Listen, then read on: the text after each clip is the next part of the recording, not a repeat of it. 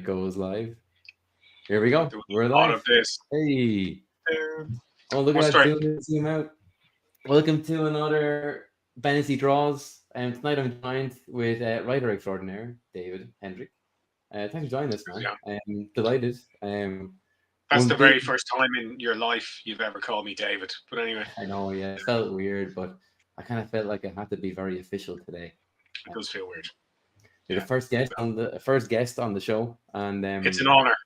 it It should really be. is. It It really is. It really is an Thanks, honor. Well, we have a show we're going to start doing again next week. We're going to start doing a video element of it. It's not just going to be audio anymore. And I thought it best to announce all that stuff with you. For anyone who hasn't checked out the podcast yet, the Odds Pod, and we're going to move forward as the Odds Pod Calypse. You can find this That'll fit on on t-shirts very easily. Yeah. You know what? We can do that now. I figured all this stuff out. In a little bit of downtime, like I've learned some things. Apart from putting my mic where it needs to be, that'd be a good thing to learn. Oh yeah. But Actually, how's my audio? Because my I'm using my camera mic as opposed to my mic. Are we okay? Sound perfect to me. All your levels are coming up in the right spots. That's what I like to hear. There we go. For a man of my age. Hidden but nothing but the right spot. But just that I haven't leveled who at hasn't all. checked out our Odds Pod before, it's a podcast where we bring on a guest and we ask them what their favorite apocalypse is, because the Odds, the book that we're working on, is our favorite apocalypse. And I'll show you a little bit of what we've been working on. So we have our characters here. When I'm drawing up characters for anything I work on, I tend to do some kind of model sheet like this, and a size comparison, so I can kind of keep everyone in and around where they need to be when they're on camera. And Dave has an idea whether or not I'm hitting the characters that he had in mind the right way. Sometimes they might look very different to what you have in mind, Dave. Sometimes not. I don't know. But you've been happy with everything Sorry, so far. I just had a little break in internet service there because I was switched over to a different server. You okay there? No, yeah, you perfectly good. Didn't even see a lapse in internet. Looked perfect.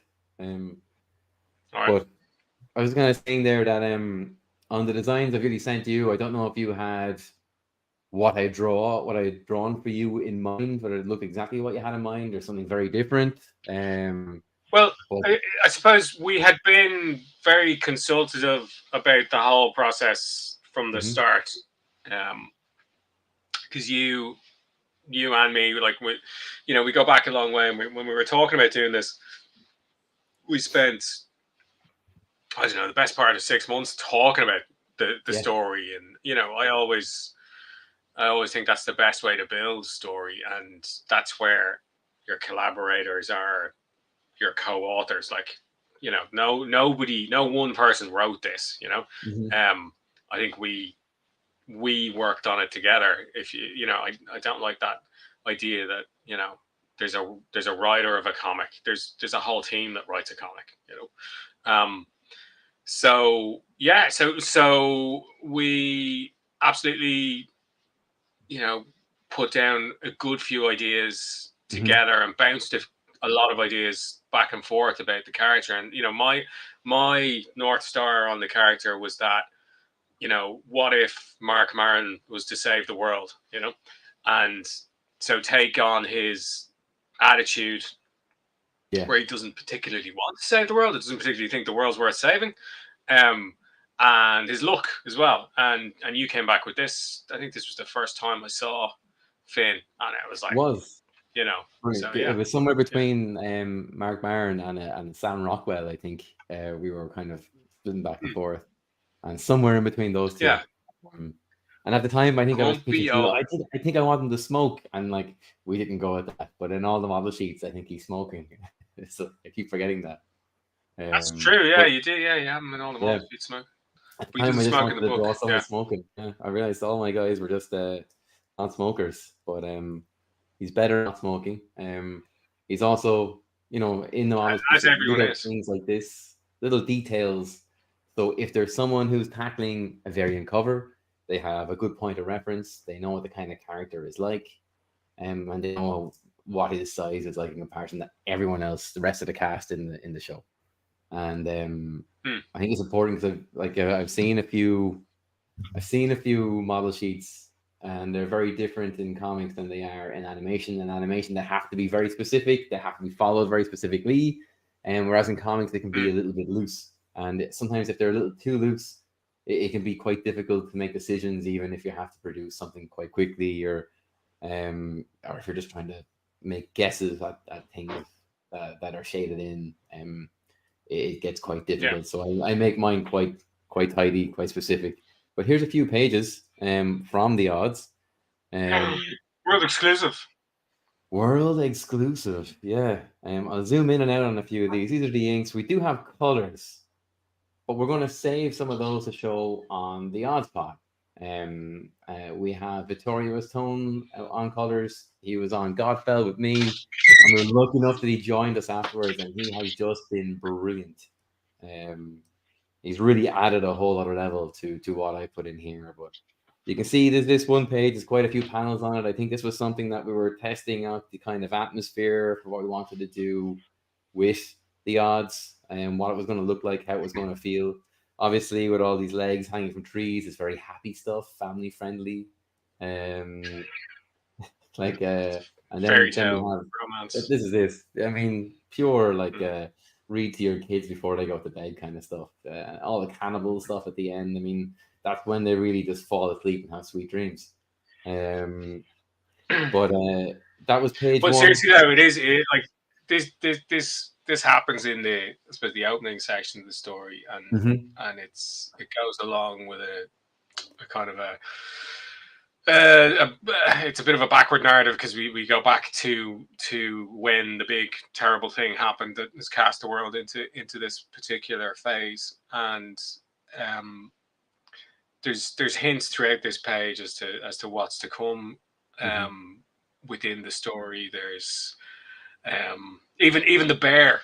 There's that bear that gets shot in the start. There's a whole callback to that particular bear later on in the story. In that issue, even. But I suppose, in that issue, But I suppose this sets it up really nicely, and it sets up what you did here with him looking over the town, which is a huge feature of the book. It's all about that town and getting out of that town.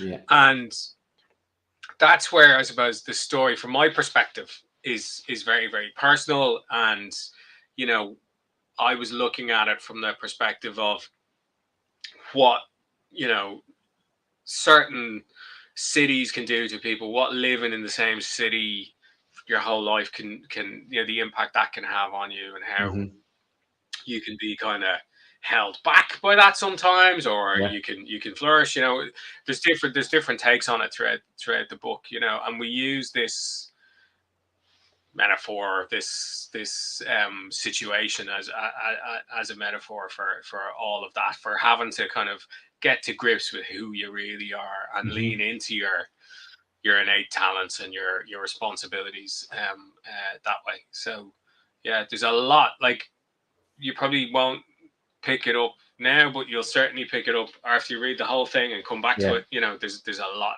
that opening page there, Ben, and you fucking nails it. He just. Thank you. But it's a lot of fun working on your scripts, because there's not a single part of dialogue. There's not a word that's kind of thrown in there that is unnecessary. It's all helping push something forward or adding another layer to that onion. It's always a lot of fun, and it's something that I wouldn't really deviate from. I think a few times you've seen me add panels because I wanted to make sure I hit the beats that you've mentioned in it. I don't want anything to be missed, because I think everything you have sets a lovely pace, sets up everything going forward, and it just it's playtime for me. All this was a lot of fun too. Actually, the other day, I was just telling Dave off air, I was cleaning out my computer, and I had to find some reference shots for that last panel there where Finn, our hero, who's just taking a rock to the face and falling down in that tree he was in, is looking up, dazed and starry-eyed. And there's a character on the left. I wasn't quite drawing it right. And I found a photo of myself looking down at the phone with the hat on my head. Yeah. It's like, oh, there you go. It's all coming back. Find these little gems as you do toys. It's kind of like cleaning up your room when you're younger. Like, oh, a new toy. I'll go back and play with this for a while. You know. Well, it's like that with scripts as well, because like you'll, as a writer, you come up with ideas throughout the day, every day, and you write your on little notes app or whatever, or your notebook, and you'll jot stuff down, and you might come back to those files years later, Yeah. and you're like, oh, what the hell is that about? And then you get stuck into that, and it's like a little gift from the past, Yeah, absolutely. Some of a time capsule, and talk about gift from the past. This is actually flashback. So Finn has just fallen to the ground, passed out, and while he's passed out, he's revisiting a thought where he was proposing to a hopeful partner of his. And then the odds happens. Yeah, they were never going to work, man. They were never going to work. No, they weren't. He wasn't all we find out later as to why. But it was never. But you can see something goes off on her phone, and you can. It seems to hit her pretty hard, and as Finn is rallying to her, he looks around and realizes that everyone else seems to have the same thing happen. Something's happened where people are getting a message and they're dropping, but our Finn looks at a message and he doesn't drop, and that's just that's more stuff for us to follow and figure out as we go on with the book. But we see him kind of come out from being passed out, splash of water on the face, and he's chained up, not in the good way, and he's dripping water in the bucket with him, and he's clearly in some kind of dungeon area, and they're holding torture devices, not looking so friendly, and I really trying to show everyone how big this guy is as well. This is someone you're going to meet, and he's devastatingly just terrifying, big, scary, and he's one of the characters I've enjoyed drawing the most, because he's quite innocent until he's very not innocent. Until he's not, yeah, and those moments are just I think they hit all the more when you see him go through that kind of happy stuff to then the really scary stuff. But that's what the opening to our book looked like. I hope you like it. That's kind of an exclusive. It'll remain on these socials, YouTube, Twitch, and Twitter, forever and ever.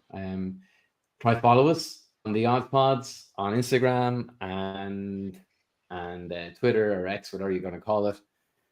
We will have a Twitch for the Odds Pods before next week. We'll have all those details on these socials. You can follow there, and the same applies to our YouTube going forward as well. So to bring it back to what we usually do on the podcast, we bring on a guest, we ask them what their favorite apocalypse is. I've asked Dave what he would like me to draw today, and he has, as on brand as ever, chosen something very apocalyptic. What do we pick, Dave? Well, you wouldn't draw the thing I first asked you for, but I can understand that because it's still early somewhere. But we are talking about Fallout today. So I have to confess, it's not a property I'm remotely familiar with. But I was just really taken with the show. It's just launched on Prime. I don't know why they dumped it all at once, which I suppose we'll talk about as we go on. Yeah, we absolutely should. I think we're both very fond of things not coming out all at once. We're not so into the binge. We like. No, I mean, like when you look at The Last of Us, that spoiler alert, the Odds Pod did a whole season on The Last of Us, and it's all there on podcast land if you want to listen to it. But we did that episode by episode as it came out, and lots of podcasters, etc., did. And there was something really nice about having to wait and trying to figure out and trying to anticipate what the Yeah. future held for that particular storyline, whether you were familiar with it or not. Because like if you're familiar with it from the games, great, but there was still enough, editorializing and deviation from the original storyline that kept you interested. Absolutely. X-Men '97. It's all anyone is talking about in the circles I travel in, or we travel in, It's been and so good. Yeah. so Wow. a new episode today. It was absolutely savage all around. Where can you say it? All That around. was it. 275, like all that kind of Yeah. stuff. Although no Star Jammers, I was kind of disappointed with that. But yeah, like Fallout, they just kind of go, there you go. There's 8 episodes. Off you go. So I'm being really strict on myself, and I'm rationing myself to 1 a week. So I have only seen the pilot episode, and I loved it. I caught up on it last night when you'd chosen this to kind of familiarize myself with it. It is really good. I'm fairly familiar with it. I played Fallout 3 and New Vegas, and there's so many little nods to the game in there that are so clever. Just adding more to it as opposed to trying to do something new with it. Just adds to the canon. I haven't figured it out yet, but I believe this is set well after anything the game has covered so far. Okay. So it is new ground, new characters who I've decided to go with something like this. Wow, So I'm going to try and ink this up tonight. Yeah. That's savage. We have our ghoul. We have Walton Goggins, man. Fucking hell. Like, I mean, say it again. Walton Goggins. Like, he's brilliant. Just he could honestly play anyone and I'd be in, Same. He's amazing. I mean, if they cast, Rogue from the X-Men as, Walton Goggins gets to play Rogue from the X-Men, I'm fine with that. I'm going to watch it. I could see him flying around, calling you sugar, no problem at all. He just seems so versatile. Like he's covered so many things, and isn't he also? He's also voice acting in Invincible as well, isn't he? Yeah, he's Cecil. Cecil. Yeah, I mean, such a range. It's funny, man. Like I watch Invincible with my eldest. He's 16. He loves it. I actually loves the X-Men. I got home from work today, and I was in the kitchen getting some food, and I had my AirPods in, and he just walks up behind me. He's giant. He's a giant. Like you met him. He's like 6 foot tall. He walks up behind me. He just goes, "To me, my X-Men." And to have your kids say that to you after years of whatever, Dad. Comics, okay, yeah. It's just thank you, Marvel. That's it. You kind of raise a new friend in a way. Something not. But then we were watching Fallout, and he was like, he paused it, and he was like, "Is that Cecil?" That's how he knows Walton Goggins.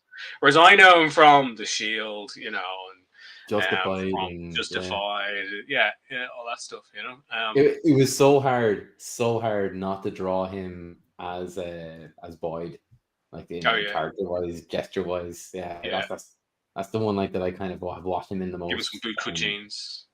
Yeah. In this, I almost wanted to like reference Timothy Olyphant for a pose, just to give him,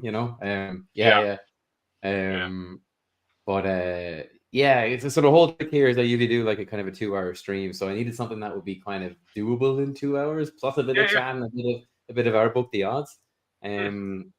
So it was I wasn't doing Titus's likeness. I just went straight with one of the armor sets, and even that was kind of like that's going to be there's a lot of detail on those things. And then the one likeness I was working on was Ella Pernels. From Yellow Jackets we were talking about. We love that show.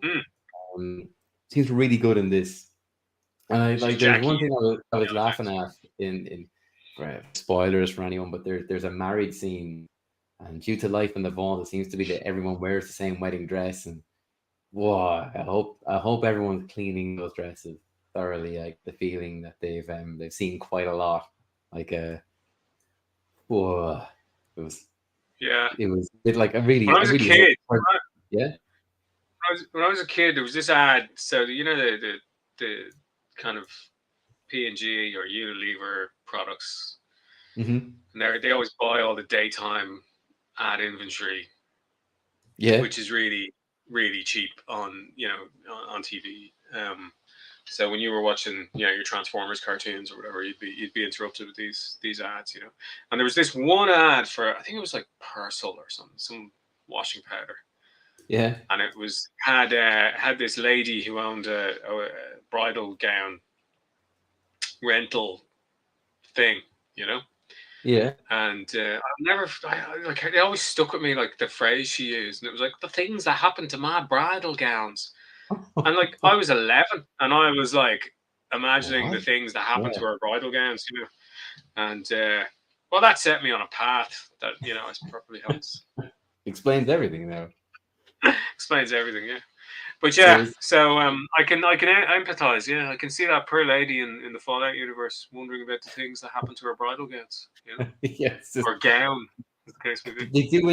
they do let you know that this gown was passed on to her from her friend who had used taken it from someone else and then someone else, Mm, and mm. like the wedding, I guess their marriage is consummated pretty quickly and the dress has stayed on. It's like, oh god, Yeah, that's is that gonna be before, is that hasn't it? gonna be a feature of the story? Like, I haven't watched the other episodes, and people watching this are probably saying the whole thing. But Maybe, yeah, yeah. is the fact that she was like straight into let's have babies Yeah, to yeah, asking further him what the the sperm count was when they first met him, kind of stuff. yeah, it was Yeah. all very focused on fertility. So I wonder if we're finishing episode 8 with a bun in the oven. Maybe, Um, and maybe maybe, but people maybe all know, the but I information I is want not down to I two want guys nothing. on him. He doesn't have great swimmers, you know. Yeah, maybe it's a Um, little mutant baby. could be a Mm, thing. Because there's yeah. a little nod to some of the games there, like where in the games that I've played, you wake up out of a kind of a long sleep thing, and Mm, you're in the vault, and in one of them you see your partner and your child get taken away from someone. You can't stop happening. And another one, your father goes out of the vault and you have to go find him. So it seems to be kind of a mix of both of those beginnings. mm, Um and still turn into something new, and we're still seeing different characters, new characters. yeah. But it's it does kind of handle that mix of what the game feels like to being something unique, as well. It's Yeah. true. Even little nod like the beer one of the guys is drinking at the party at the start of it, like Mm, the brand of bottle in the game that you come across all the time, that kind of stuff. I forget pale something or other. I forget what it was, but when I saw the yeah. label, I knew exactly what that was about. I saw like signage for Nuka Cola and stuff. And Uh, atomic, the atomic makers for the ovens and the kitchens and things, and yeah, yeah, yeah. that's I what I love was all thinking. that kind of 50s Americana stuff in it. Yeah, It's like the world kind of stopped at that stage. Even though science and technology moved forward, the aesthetic world stopped in the 50s. yeah. Um, which is pretty cool. It is. Anything like It's really, I mean, I'm it's totally down for it. same. And I'm going to do the same thing as you. I'm not going to watch any more than an episode a week. Mm, Um, I just kind of like it. I like having an episode to look forward to. mm, And I kind of find that it's probably better for the shows that I like as well. If they have a constant bit of traffic every week, as mm. opposed to one big go, that you're more likely to get more seasons and more out of them. It's kind of become a running joke on the show, Dave, that every time I start to ink, I realize I really haven't penciled this detailed enough. All So right, like, okay. So you're winging it now. I'm, So I think I found the right line there. I think the suit looks like this. yeah, yeah. Yeah, it'll be close I was enough. going to ask you about this. So I Yeah, obviously know the sum total of nothing about inking, not being talented enough to draw. So All the right, you can choices write. you're making here. So look, I'm seeing you putting this together, and I mean, all of you working away, like the way you're just like, yeah, that's absolutely a full shadow. That's that's going to be this much weight on the line, etc. Like, that's just years of experience, but It like, is, but you're right there. Like in looking at things like line weights, that's not something everyone does. hmm, Um, but like I often say, like at the very end of a stream, I try to do it while I'm on the stream as well. I'll do a tangent sweep and a line weight pass to make sure things are kind of going where I want them to go. And inevitably, yeah, I'll immediately find three or four things because when I'm talking and drawing, I'm missing something. It's difficult to talk and draw. I've discovered. Um, and then I did a yeah. show I don't about know that. how you do it. Like, I play guitar, and I find it hard to sing and play guitar at the same time. Let alone, and nobody wants to hear that, by the way. But let alone like talk and draw. Just fair play to you.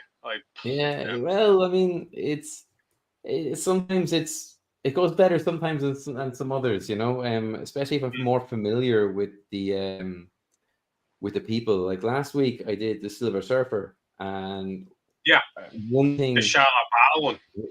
I have been I've been reluctant to saying this to you because I didn't want to kind of put you off. That wouldn't be something Ben would be into. I won't run that one by him because I want every Fendrick story. Um, but one thing I'm not so keen on drawing is like are good at drawing. I think like is mech and shiny materials like Iron Man, Transformers, and stuff like that. I kind of find rendering that kind of metal all the time really difficult. Like Really? yeah.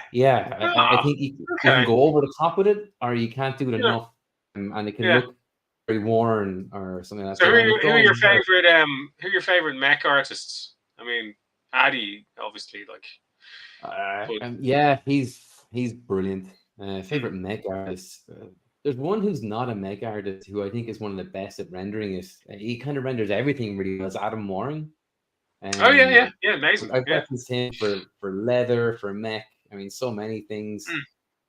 There's an Irish artist. There's two Irish artists actually who are really good at it. Obviously, Nick Roach. I'm Transformers. not We all know. familiar with his work. No.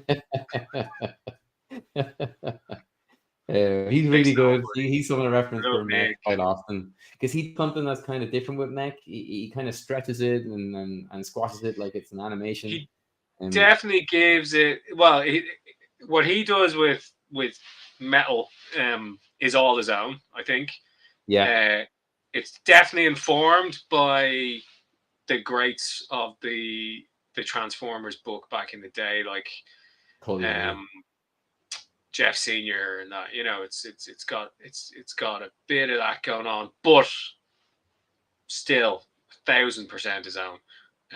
Yeah, And I think that's why Nick has been so successful in that world, is that he brought something that nobody had ever seen before. yeah, There's a real lightness and humor to his expressions that yeah. I'd never seen in Transformers. And I was a huge Transformers. I don't know if you can see all the Transformers over here, and there's more over there and more around me. But yeah, grew up on the stuff that and GI Joe, and Nick, like, he blew me away when I first saw his stuff. Like, it was Yeah. like, oh, I think the first thing I saw that he did was the Seekers. I think it was like it was just like a test page he just done himself, and it was like Starscream, I think. And Oh, I saw that. Yeah, I'd never seen that take on Starscream before, you know, yeah, and there was just something about it which was like, oh, this is like bang on model, but also completely new, you know. yeah, yeah. Um, I saw those pages very early on as well, and I realized, oh, mm, that's how good I have to get to that level mm, of tightness in the line, but yeah, still and he was that feeling good at like it. 17 or something, whatever, however old he was Yeah, when I saw that. I how think he was a dare little he? bit older, but like, what is he? I think he's like 5. Is he 5 or 6 years younger than me? And back then, Yeah, he would have been about 21, I think. Yeah.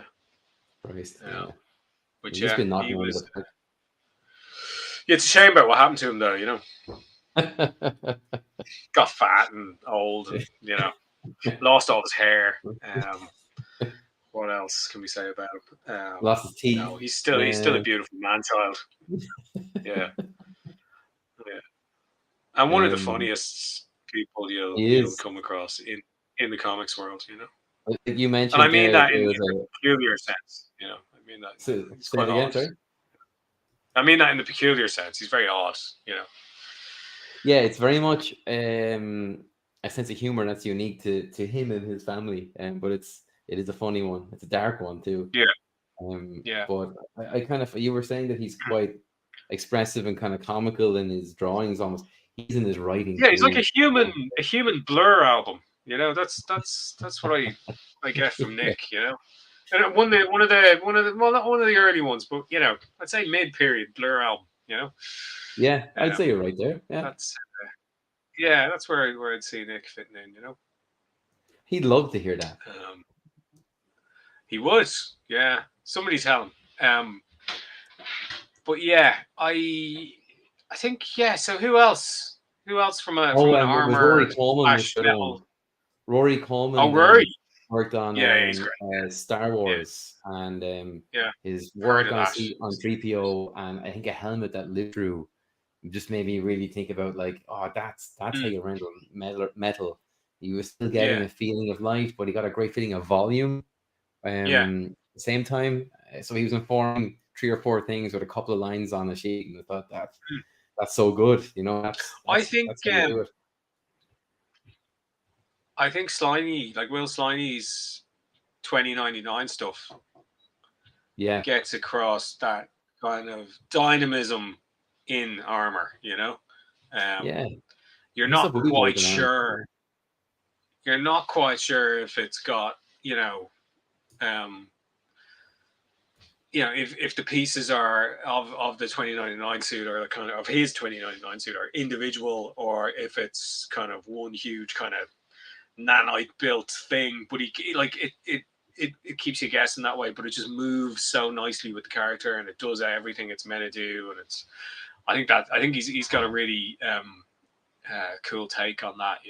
I saw a guy on Instagram who's Yeah. built the suit. Who's built What? Will's Really? Are you 2099 suit? serious? Yeah. Has Unreal, Will man. seen that? Yeah, it's nuts. Yeah, he has. Yeah. But Nice. it's amazing. I mean, these guys who put that kind of effort in. Yeah, you've designed something great when someone is building something like that. Like that's that's. I mean, if you were ever having those imposter moments, I think when you see that, you never have them anymore. Yeah. that's cool. Yeah. I think. Where are we now? We're on a hand. Very cool. Yeah, on a hand. Yeah. So is that all they That is savage. Say it again. Sorry. I'm loving those lines. Thanks. Like the little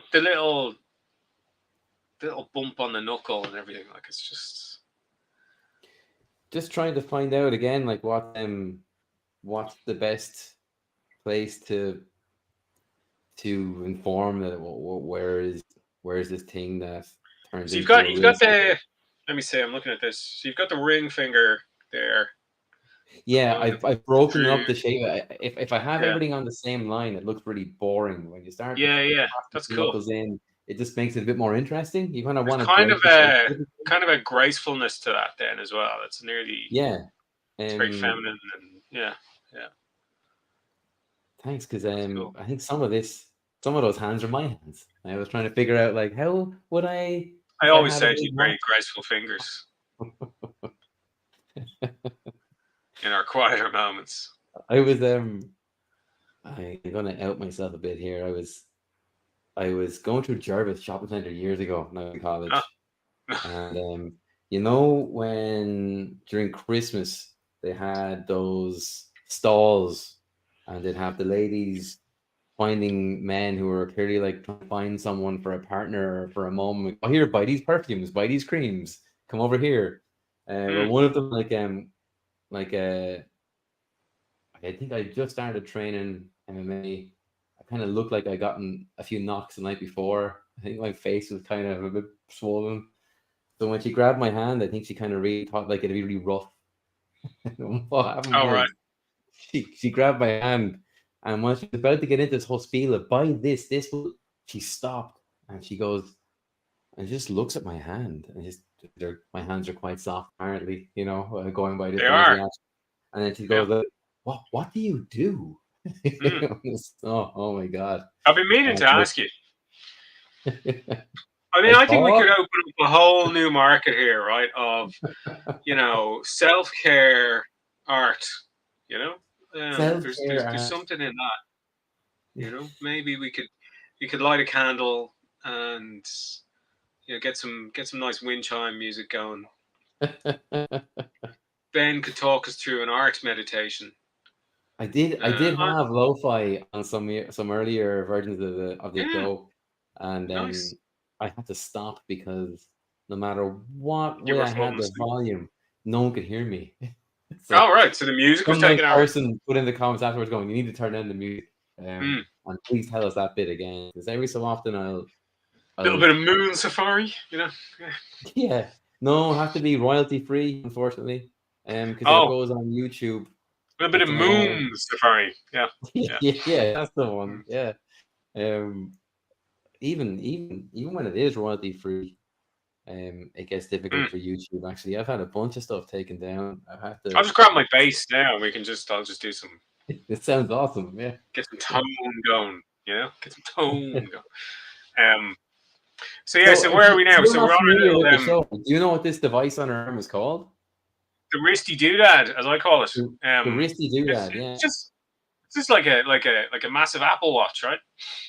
Essentially, yeah. Like this thing Mm, will kind of it's kind of like your save screen when you need to go in and find out what inventory you have somewhere, or it mm. goes off like what Lucy does in the show. It'll go off. You'll hear it if you're in a radiated area. It's called a Pip Boy, um, Yeah. and it's a big feature of the game, and to see how Yeah. they use it in the show, I thought was really good because we see Lucy So that's interview your at one point. interface in the game then for your inventory and your health and your it's a Geiger Exactly. counter, I take it. Does it have Yeah. maps on it? Yeah, it does. Yeah. And it also has like you get into your Fallout skill set, your skill tree that you want to develop, which I thought was a lovely Mm, little nod in the show where we see her acknowledge that she's learning that skill set. She's learning combat and communication mm. or something like that. Like something that made her a good candidate for the job she was applying That for. was cool. I really like that. Yeah. That was a Yeah, really nice little storytelling. I love those montages. I always think that's nicked from comics. Like because you go back to as recent as kind of Bendis and Powers and the kind of 9 panel grids or that him and Elming did of the interrogations or because like it sets up characters so well and then pushes story along so quickly as well that you yeah, have so you have her narrating over all of these things that she's done to upskill to be the best possible candidate for what transpires by the end of the episode. She thinks her life is going to go in one direction, and surprise, surprise, it's really not going to go yeah. the way she thought, and it moves along. Also, we haven't mentioned Agent Cooper yet. So Kyle MacLachlan, former Superman, What the um, hell? Yeah. he's just I gotta tell you, I love that man. You know, He's kind of brilliant. Yeah. yeah. Like He's just amazing at everything he does, man. Like it's just, has there been anything that has been it does? Twin no, I don't think Peaks, so. Blue Yeah. Velvet, even the last Fletch movie, he was amazing in it. Oh yeah. You know, God, I forgot about that. um, Well, Confess Fletch, he was fantastic in that. The yeah.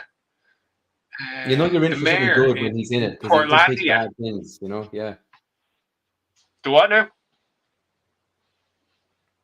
I said you know you're in for a good show when he's in it because he doesn't pick bad shows to be in. Like, No, he's just in. It's just everything he does is just great. yeah, I presume there was a fallow point in his career, maybe post Twin Peaks or something, but where I'm sure he's done some movies or something he'd like to forget. But I've yet to see them. And I'd yeah, watch them same. if he's in them. Because he's just like he's amazing. He's Yeah, he's he genuinely has reliable. Like when I do see, he's someone I don't go looking for, and then when I do see him in something, I'm like, oh yeah, brilliant. I'll give this a you're go. just really happy he's there because it's going to be quality. You know, Yeah, yeah, it's like up until Argyle, Sam Rockwell. But unfortunately he yeah, broke his streak with Argyle. But yeah, it's yeah, he's the business. I'm a huge fan. Like the way he can shift from comedy into abject horror, and he's as Agent Cooper, especially in The Return, like that final scene of The Return, the Twin Peaks sequel, yeah, still the scariest thing I've ever seen on screen. yeah. What It's up what there. year is Yeah, this?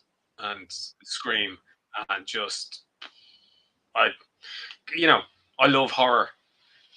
Seen it all, Ben. But from like all the classics, and plus all the terrible gore movies being made these days, um, yeah. There's a lot of them. Terrifier, etc. But like that scene to me, it just got under my skin, and it will not leave. It will not go. And I've watched it so many times, and every time I know it's coming, and I'm just like, here comes the scream. Yeah. And his face just Tells it. Like there was I something I was checking out but the the other day way they did on that. there was something I was checking out on Netflix the other day, and generally before I recommend a horror anything to you, I've gone a few episodes in or finished it just to see if it stuck the landing.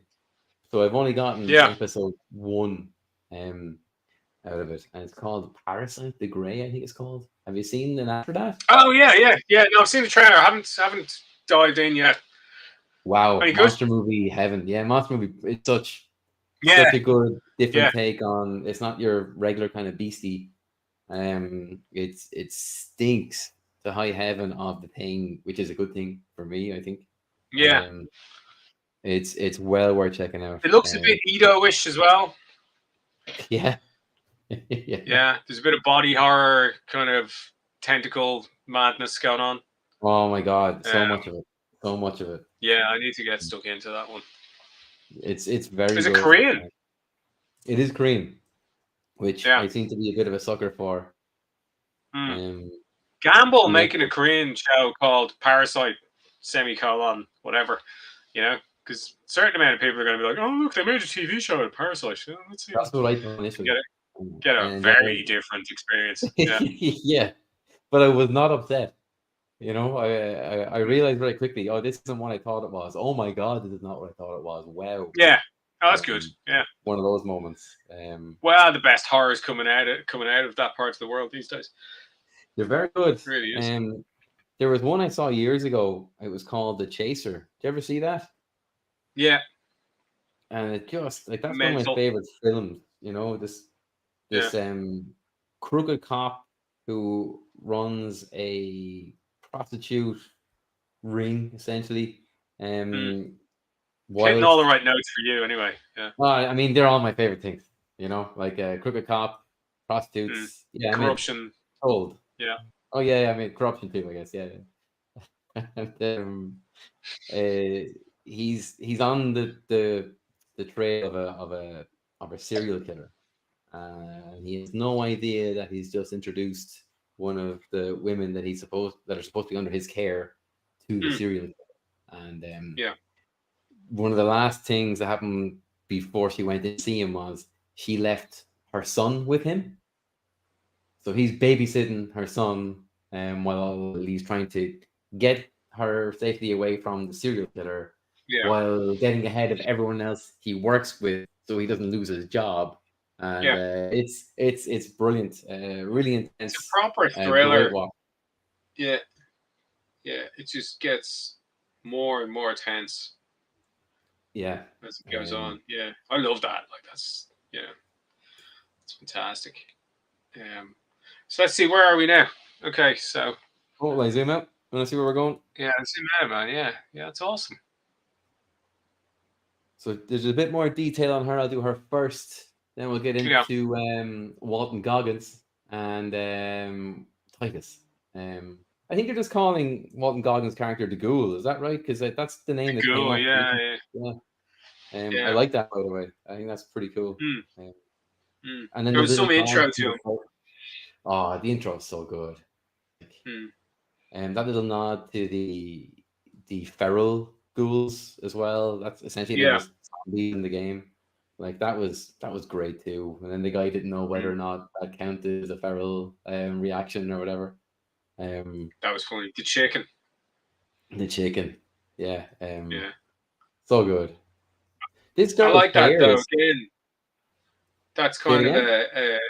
a that thing with the chicken. Like it's a real indicator of where society is at that point. It's like, yeah, we have lost track of science, and they're relying on nature really to Yeah, show them the way.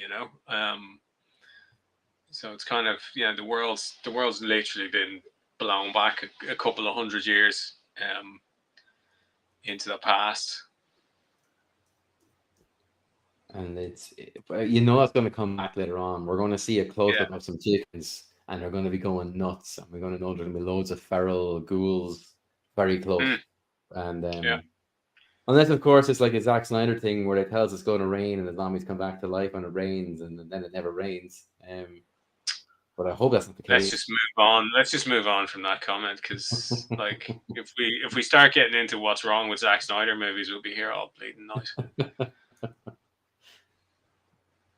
Would Yeah. you believe I still haven't seen his Superman versus Batman stuff? Oh, I went to see Batman versus Superman in the cinema. Back in the day, I was thoroughly bored, and I brought my kids. My kids were quite young at the time, and it's like Batman and Superman, right? Mm-hmm. And I have two boys, and both of them are, and they love comics. Well, they Okay. love comic book movies then, and they were both like, "Can we go?" Really? They didn't even like Yeah, it. No. no, no, I didn't like it. I remember it was back in the day when you'd buy your favorite things on Blu-ray or whatever. And I remember Wow. Owen, my youngest, turned around to me, who at this point had pretty much gone for a stroll around the theater. And don't worry, it was a morning showing. There was nobody there, and was just bored. And came back to me and looked at me and went, "We're not getting this on DVD." Oh, wow. Wow. I thought you were going Yeah, to say they at least got something out of it, but they didn't yeah. even. No, it was really dumb. And they as young as they were at the time, they knew it was dumb. They knew there was better Batman content out there than that.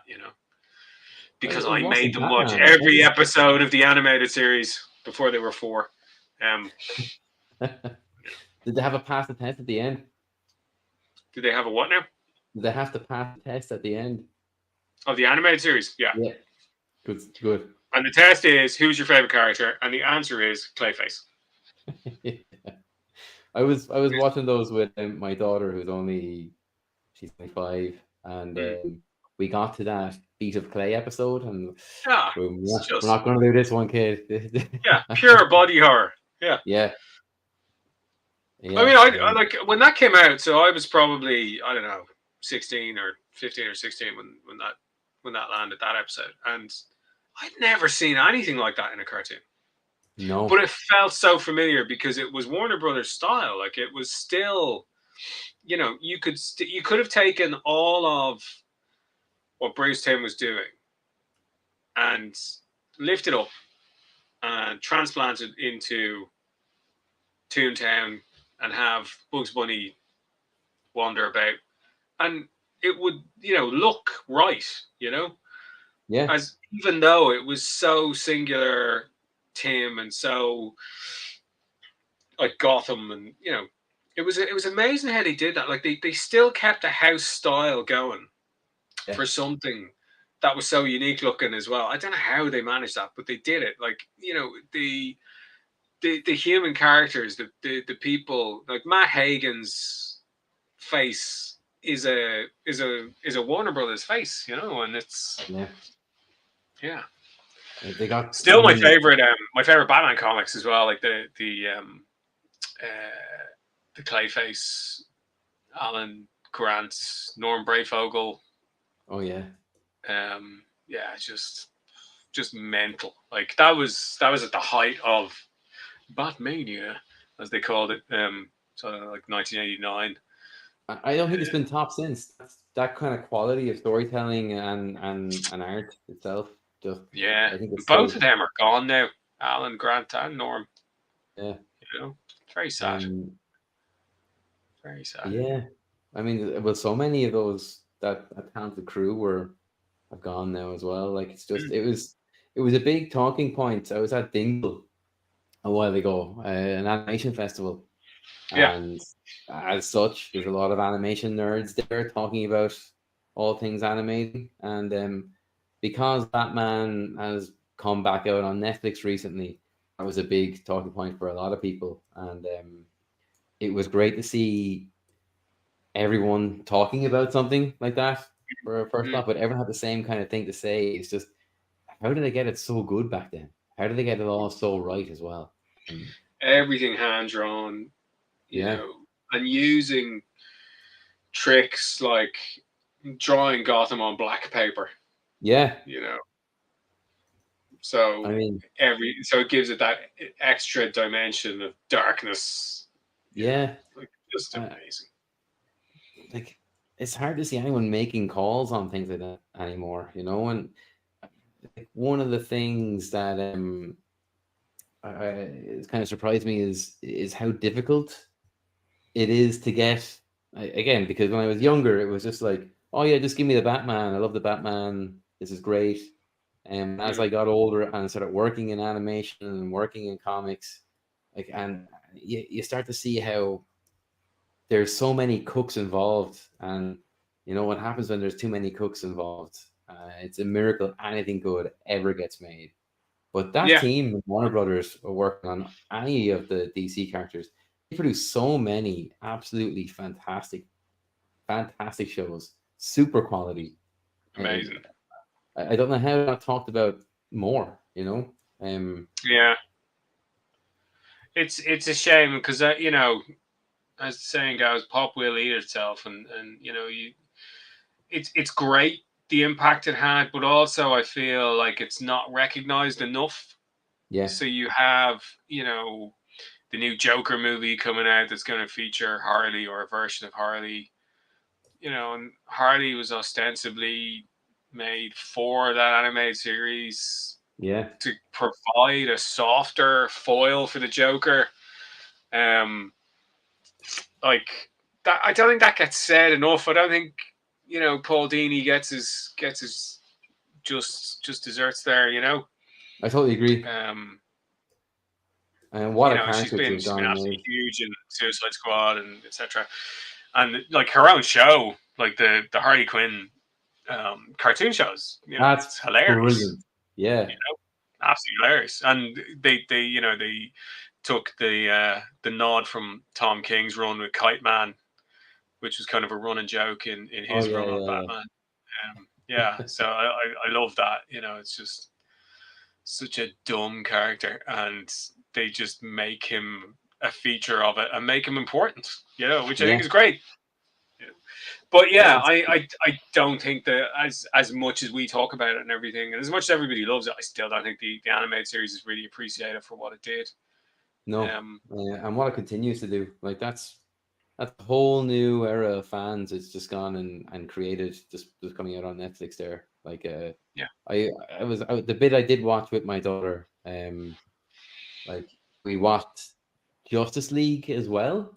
Um, and like the quality in the two shows was was so obvious to her. Like she wanted to go Mm, back to the Batman because, where was Superman in the Justice League? Like mm, there was too many people talking. There wasn't enough fun happening. mm, And despite that, there is quite a lot of dialogue and mm. interesting back and forth with the characters in Batman the Animated Series. There's still enough happening that it engages someone who needs a bit more of something happening. Yeah. Um, yeah, don't know if we'll ever see that again. That's one of those lightning in a bottle moments. I hope we get to see that kind of stuff again, though. Like, is there an animated Um, show I'm waiting for it to come out that's just kind of waiting to blow me away? I don't think so. I don't think there might be one thing, but it's skipped my mind now. I know I was talking about some animated show recently. Um, well, from purely from a story that perspective, like and nostalgia and all that, X-Men is doing it. X-Men '97 is yeah, ticking all those boxes. It's not blowing me away from an animation perspective, but I do think they've made some really cool choices with the look and feel. You know, yeah, they've they've taken what worked back in the day and made it better. yeah. Like I was not a fan of the X-Men animated show back then. I Crazy. I Like, I mean, I knew this, but I mean, it's crazy to hear. Yeah, but like I was knee deep in the comics at that stage, and I've been collecting X Men since about early 200s. So the stuff that they started with, like the Trial of Magneto, and that was like X Men 200 or Uncanny X Men 200.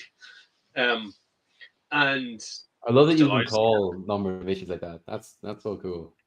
nerds, but like so when this came along, it was and and it remains like a simplified version of these really long, verbose Claremont epics, that he put together with a murderer's row of artists back in the day. So, Yeah, so when you got to see like John Byrne, um, who else like the Simonsons, you had Silvestri, like just Barry Windsor Smith, like oh yeah, legends, yeah, absolute legends.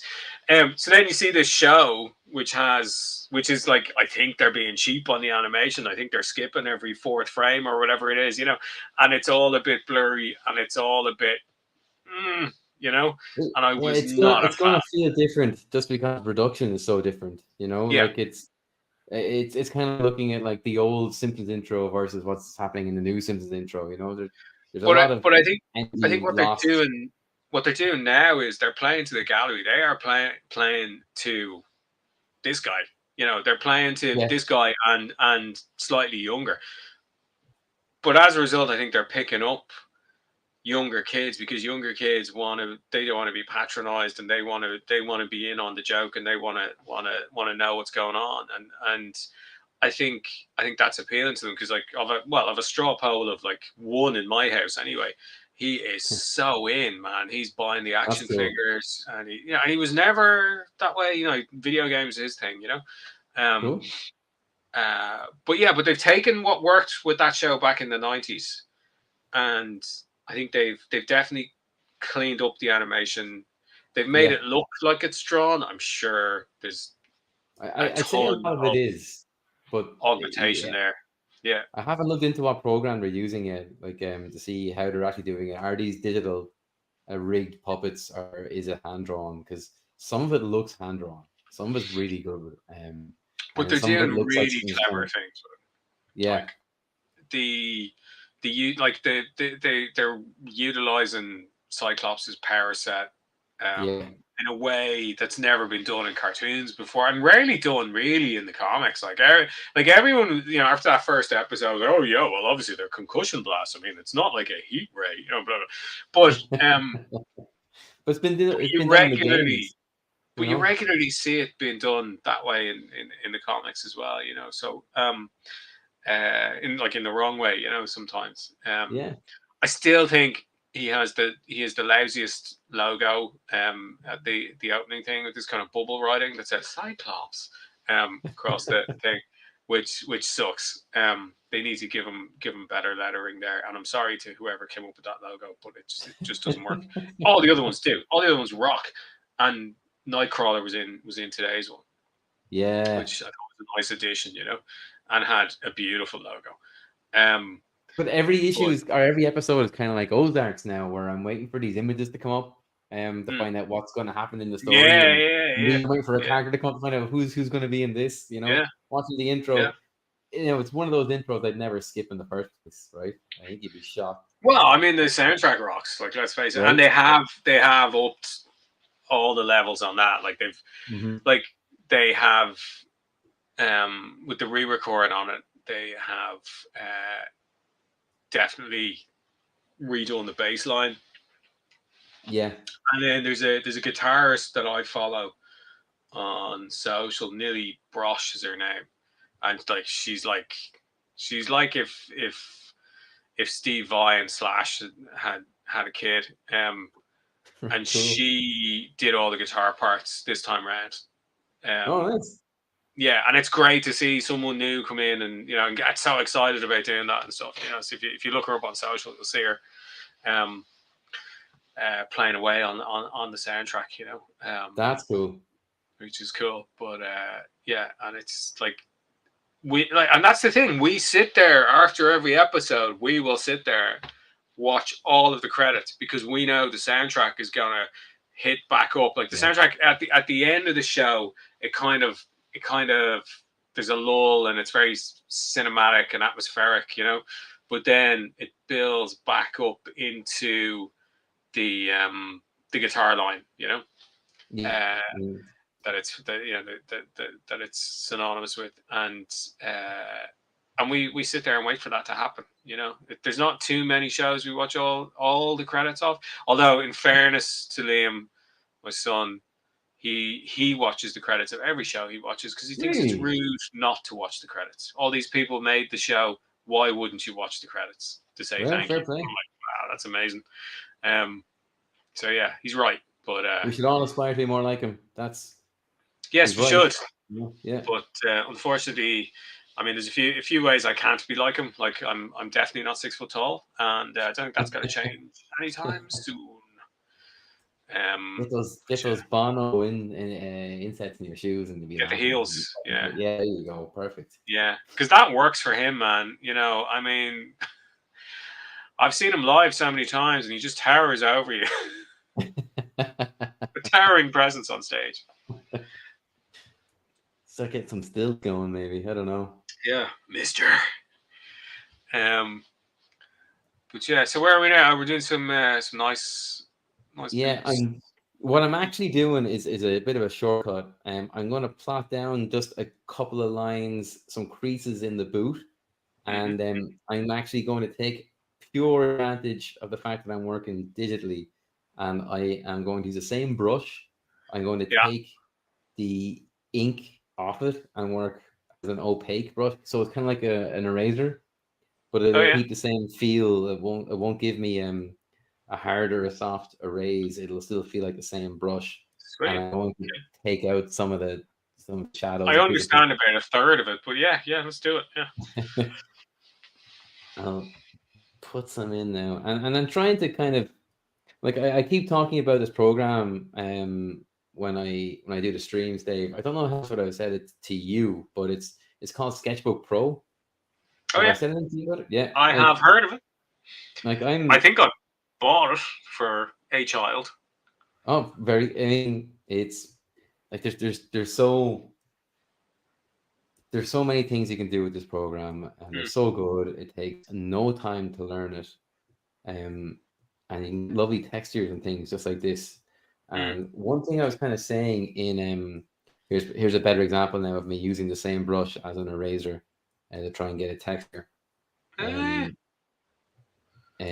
But like things like this, I used to spend an absolute age making these special brushes and putting down like ink on on a page, and why is that not giving me my line now? Talking I'm about putting down ink grades. on a page, and it just trying to capture some kind of like real ink and splatter and that kind of stuff, that those kind of Mm, details, mm, and find that like when I went to a studio, then I'd have to spend an age installing all these brushes that I made, and I couldn't sometimes because I'd have to be using the same brush the rest of the crew would be using. It just okay. became pointless. So I just started using like default brushes on just about everything, and Yeah. usually let down. But the brushes on this program are so good. Like, Yeah. I don't have to do much with them And to get that. when you say they're good, do you say they're good because they would match your style? They'd be more intuitive towards what you do or how you use them, or is there something else that makes them better?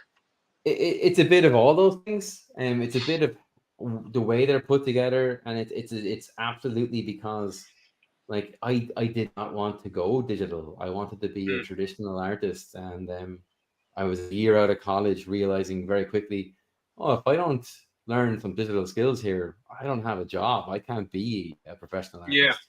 Um, so I had to very quickly develop a skill set, and I went through a number of programs, and they all felt very clunky.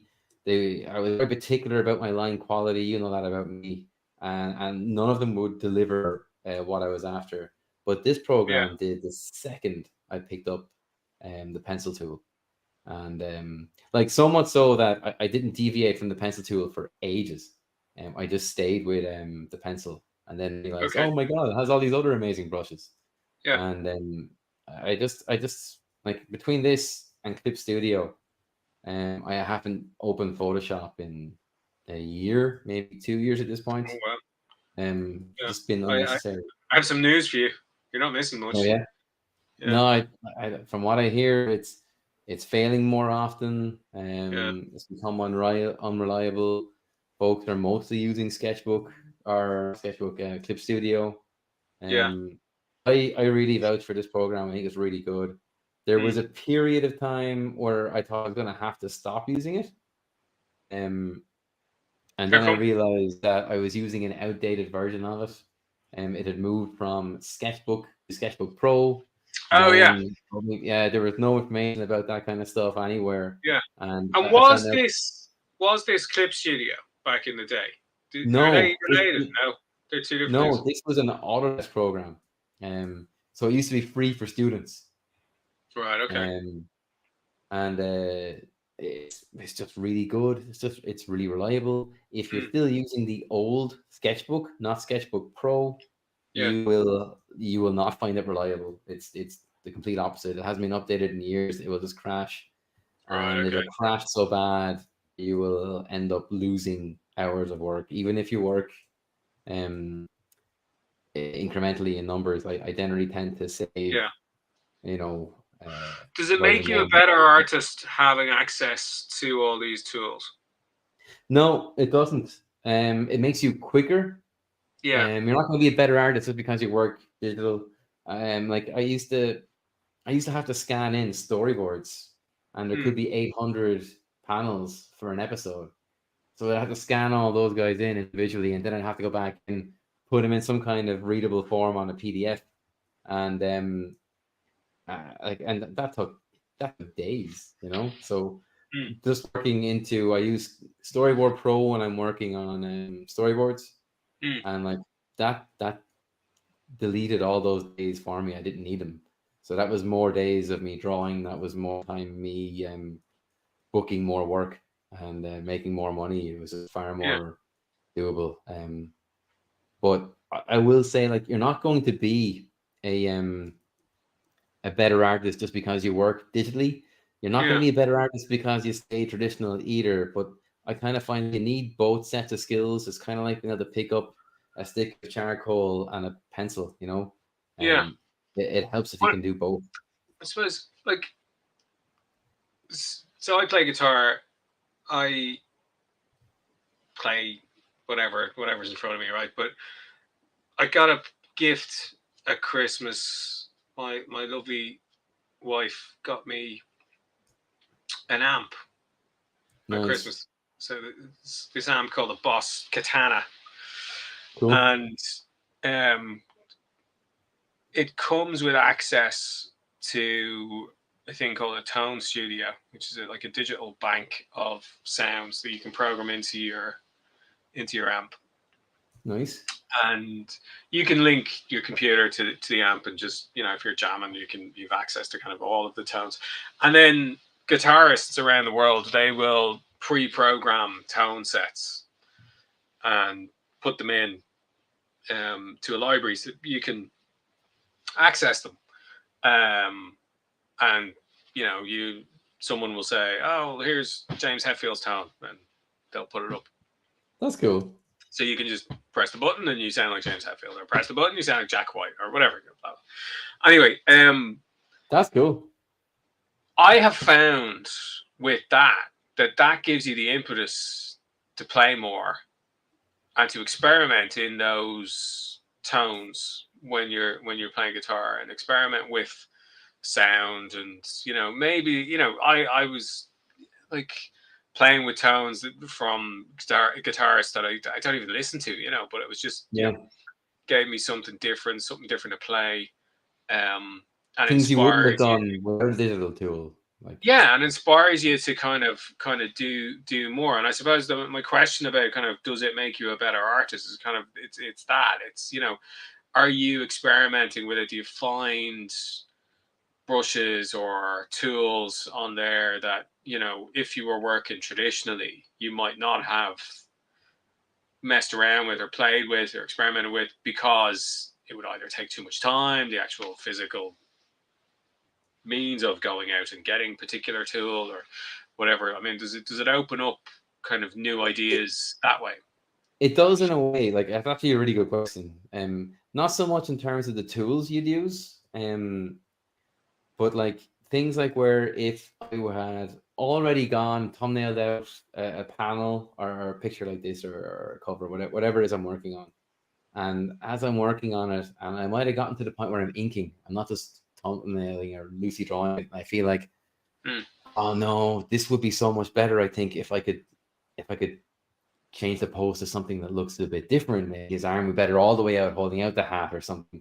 I might just get some idea, but like I can just open up a new layer and draw that out, see if it works. If it doesn't work, I can just delete that layer. I haven't ruined the page by rubbing something out and going back over it again. I haven't lost that much time.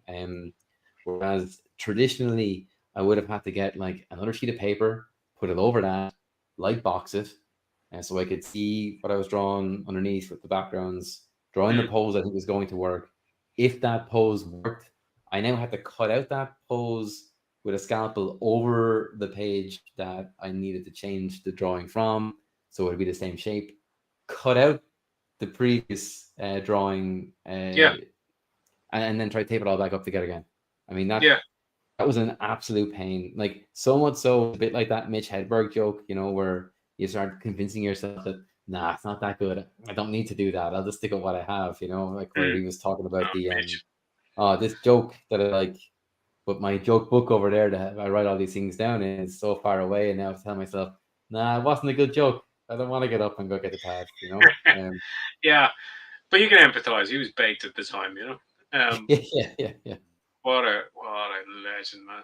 Right? I mean, I still laugh at that frozen banana joke to this day, Stuff, Yeah. And He's it's just everything. amazing. Yeah, everything is so quick witted, and for someone who was on so much.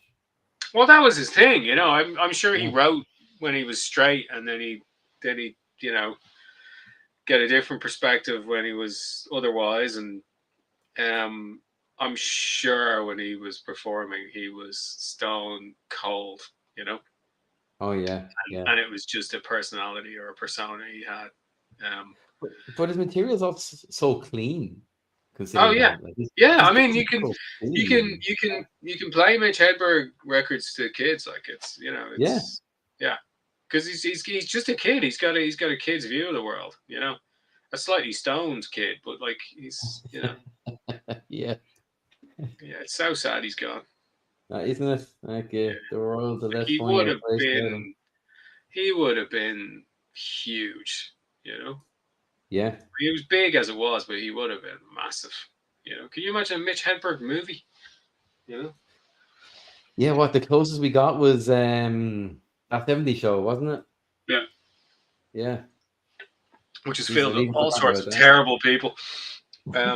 Yeah, God, what happened Yeah, there? let's not get Topher into that. Grace seems to be the only one coming in well there.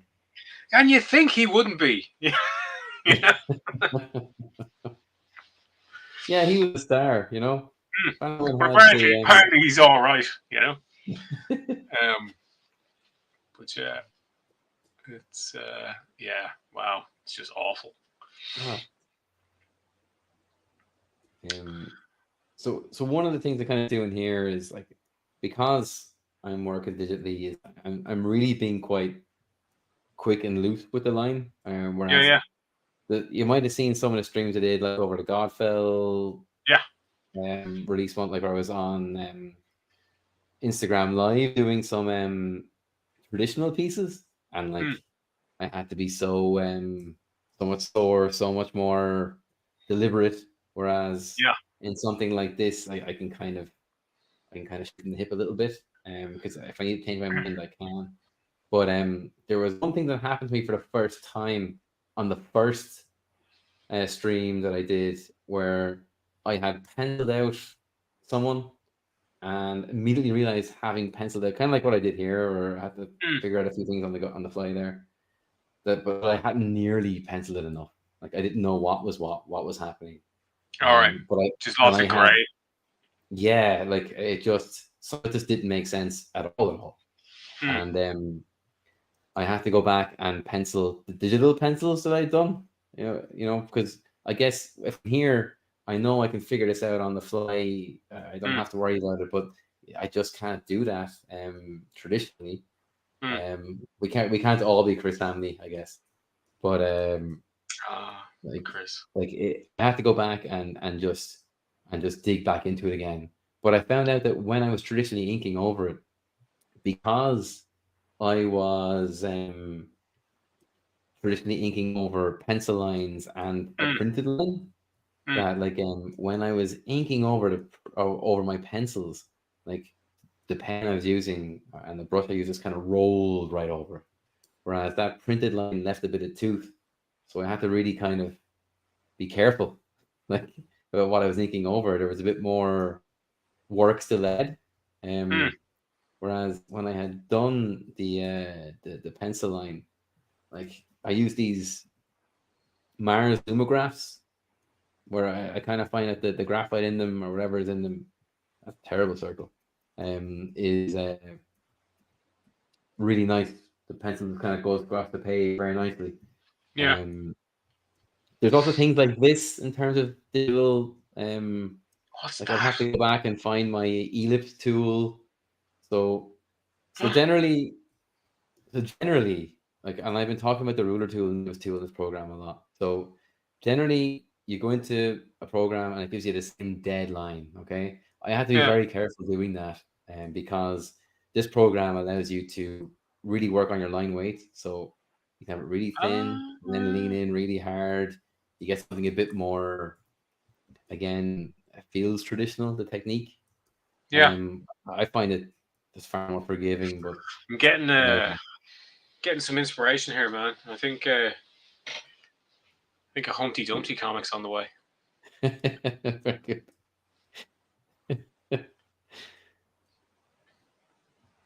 Could Definitely relaunch not the eggs, Humpty. right? I can definitely Relaunch do the Humpty eggs. like Deck has relaunched Thundercats. Kind of like those Winnie the Pooh horrors and stuff. Have you seen those? Oh yeah, I've seen the first one, Blood and Honey. It's not good. Yeah. Is Just it good? poorly Is made. it? No, it's not. It's not good. It's not good at all. And I can I want understand to it see the. to an extent. I'd say 19-year-old Dave would have been like, "Oh man, you got to see this," but yeah, it's just doing something because you can isn't necessarily the best reason to make something. Yeah. Okay.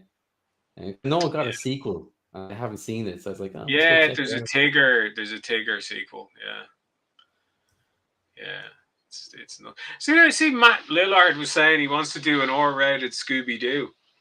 No, I did not see that. Yeah, He'd be which I great think back I there. think would actually I think it would ruin it. I think I wouldn't mind seeing Scooby Doo in like that. Even those the same cast from the James Gunn movies, older Yeah. as they are today, but those characters in our world. I think that would be hilarious. I think having a team of 50-odd-year-old heads running around in their mystery machine, running around Venice in a van, um, with a dog in the back of it. The it would Would Scooby even be around be anymore after that the long? You know. fifth generation Scoob. Um, I just think that would be awesome. Did you read the Scooby Doo Uh, comic book? the last one, yeah. Whoa, that gets a bit R-rated. Those those Hanna Barbera books, they were mental. Unreal. Like What was it, fun, the like as well. Flintstones? That was brilliant. Did you read the Oh, Flintstones? really good. Really good. Oh yeah, was that Mark Russell? I think it was, yeah. I think it was. That was Yeah, it was one I had read Elmer Fudd and Scooby Doo, and it was you who told me to check out that one. I'm yeah, very happy I did. It's really good. yeah. It's insane.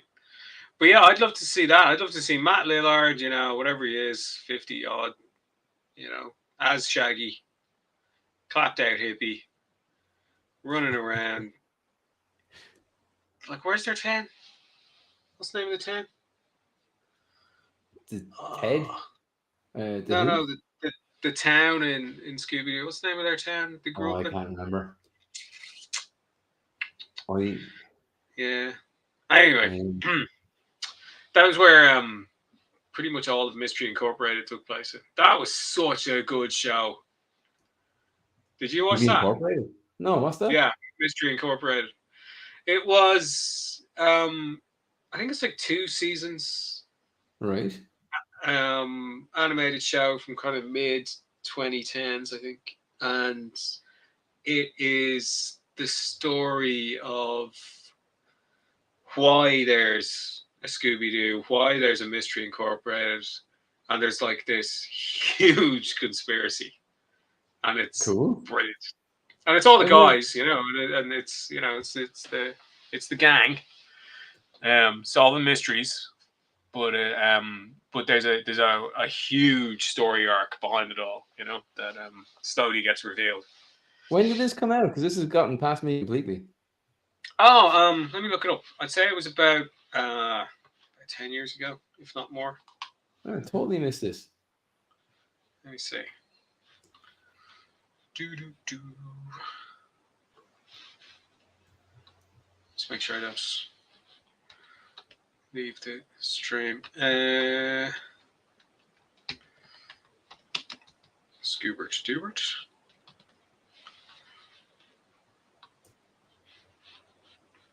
Yeah, 2010. 2010. No, totally missed all of that. And like you'd you'd Matt Lillard play Shaggy in it. He's still got it. Like he seems to be doing so many creative things right now. Like I missed Yeah. what it was, but he announced something the other day. And he has the whole Beetle and Grim thing, the D&D stuff that he does. Yeah, man. I didn't know he was like that much of a geek for D&D. Yeah, he loves that Yeah, stuff. he's but good at it too. They held some Yeah. D&D events, and he got to be one of the characters in it. And God, he was great fun just to watch play. Really funny. But yeah, I'm just looking at the Wikipedia page for Mystery Incorporated, and lo and behold, a hell of a lot of shared DNA with the Batman animated series. No way. There you go. That makes sense. Yeah. Kurt Gaeta, Directed Okay. loads of the episodes. He directed loads of Batman. Sam Register was the executive producer. He was a Okay. producer on Batman. It's a WB show, but yeah, I mean it's well worth a watch. It's brilliant, man. I'll check it Absolutely out. brilliant. So there's hints throughout the show that there was a previous team of youths who also had a talking animal, but they're not Okay. around, and nobody knows. It's like Scooby Doo meets Twin Peaks, like, and it's for kids, and it's brilliant. Scooby Doo meets Twin Peaks. Yeah, it's Wow. absolutely brilliant, man. All right. Cool. Yeah. Yeah. I'll check it out tonight. Because I'll be looking for something to fill in my need of the next Fallout episode. Kicks ass. It's absolutely fantastic. This is a character I want to see more of. I think he's going to be so much fun. Look, anything he does, just he's so wasted in the Marvel universe at the moment. I hope we see more of him. Yeah. He played that arms dealer dude. What film is that in? Ant-Man and the Wasp. Okay. Ant-Man and the Wasp. Was that the second one? That was the second Ant-Man That was the movie. second one. Yeah. Yeah. I fell asleep during the third one. I haven't watched the rest of it. I still haven't seen the third one. Yeah, it's like There's a few. Yeah. eh. There's, I kind of feel like again, a number of years ago, there wouldn't have been a comic book film that would have got past me. Yeah, Good or bad, even if I thought it was going to be terrible, I would have watched it just so we could have got more comic book films, you know. yeah. And I'm not saying that they're going to be good or bad there now. I'm just kind of feeling that there's so many genres of comic book films out there that I can afford to be picky about what I'm going to go watch now. You know. Yeah. Like big zombie fan. I still haven't seen any of the new Walking Dead yet either. Oh no. I love Kirkman. I love Skybound. I love everything they're doing, but I wasn't rushing to see that. I might sit down with it when it's all together in the one place. Yeah. And done and dusted and stuff. I think the first lot of those episodes are done now anyway. I think they're all like the Daryl thing in Europe. And I think the Rick and Michonne thing is done. Yeah. And I've heard the Rick and Michonne one is really good too. Yeah, I don't doubt to get them back and everything, but yeah, I just sometimes something has its time and then it's gone, and sometimes you need a big gap and you need to come back to it like 5 or 6 years later and enjoy it then. I think that's probably what I'm doing with it now. Like I feel like I need a break from that land because there was so much of it for so long, and I watched every bit of it, and I kind of feel like there was something more there with the new kinds of walker that were starting to show themselves. Yeah, I did it need to complicate that, I kind of they probably didn't need to, but it got my attention, and I immediately went, "Oh yeah, okay, that sounds like fun." And it's probably just because I did things like play games like Left 4 Dead, where you had specific kinds of zombies doing certain things, and tactically it makes things kind of interesting, So I thought maybe they do something similar here with this, and we'll see where it goes with the with these new shows they have for it, because they might go into those things here, and I really feel like they didn't go into it enough. Yeah. But I'll tell you what, now that Skybound, Mr. Kirkman, Sir, etc., have my favorite pop culture properties in the world. Man, I'd love to see them do something there.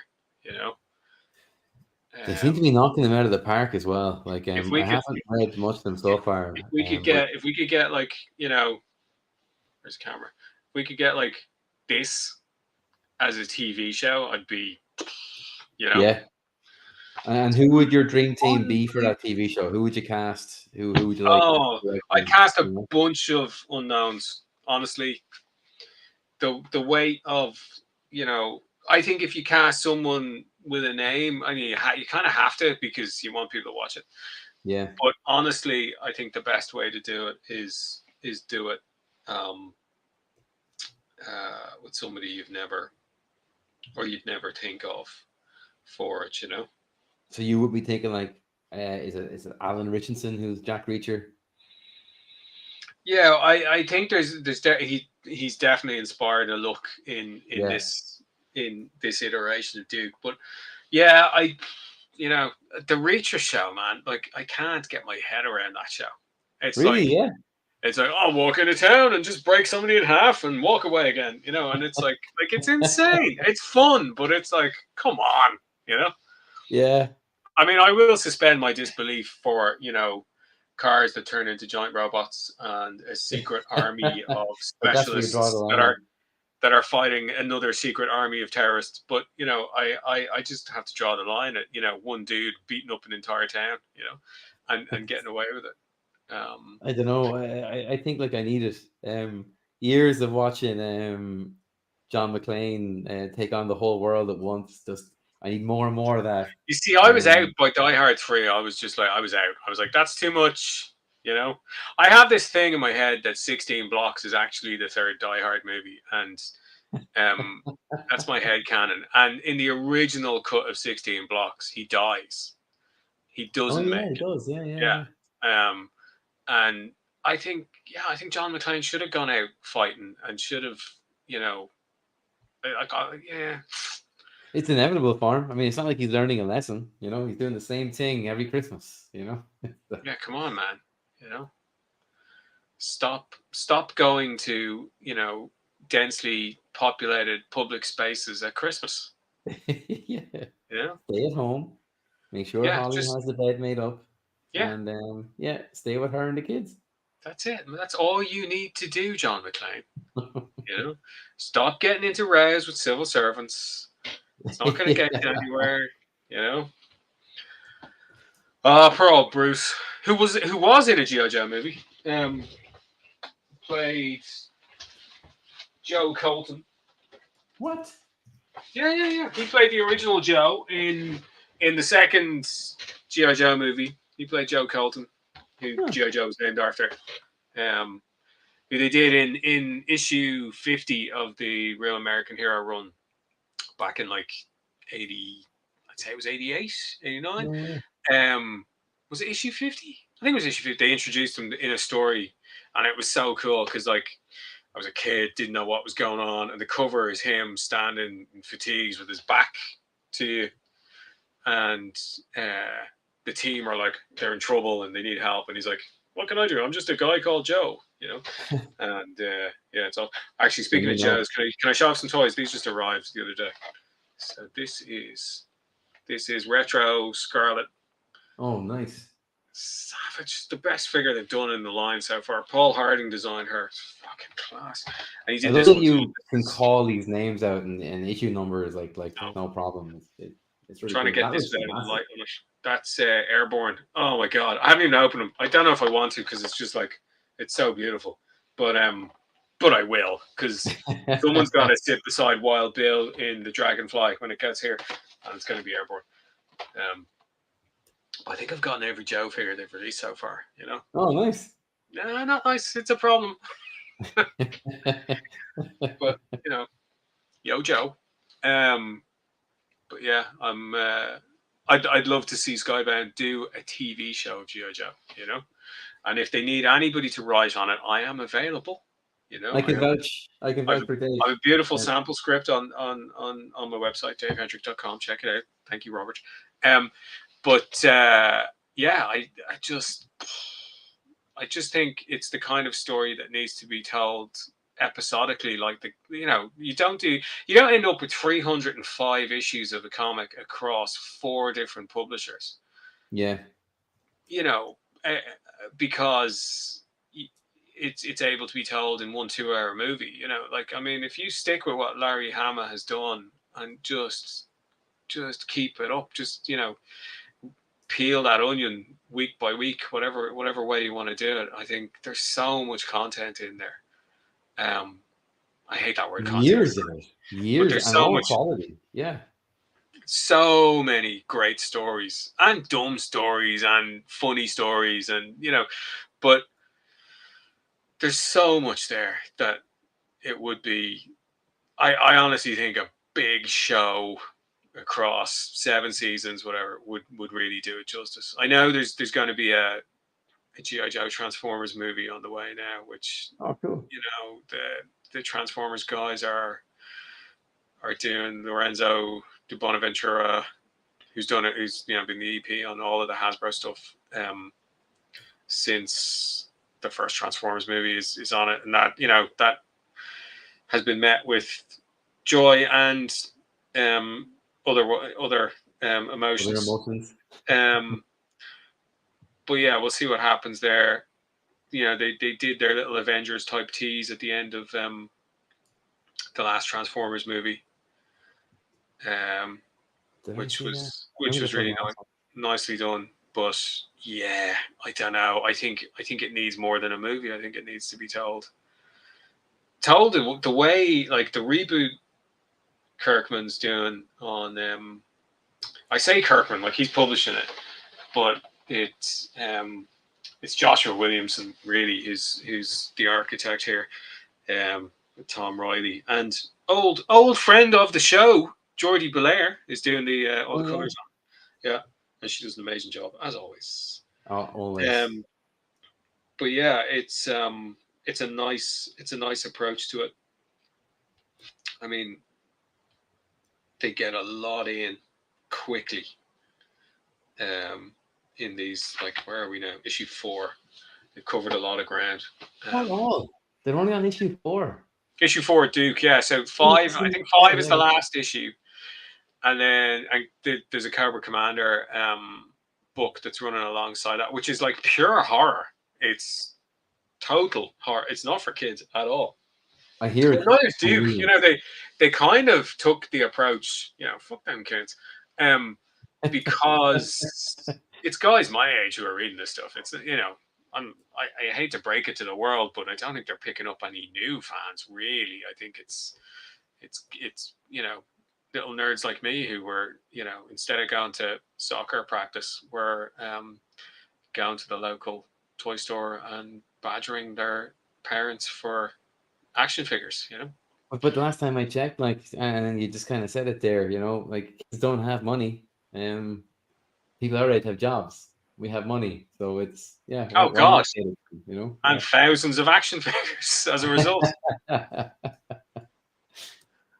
It's just in case I just want to bring up, I'm using a symmetry tool here. I usually wouldn't do it, but for the purpose of getting something done in 2 hours, I'm embracing digital stuff. So if you look here, I am able to. So that's on the cog. Oh yeah, cool. Yeah.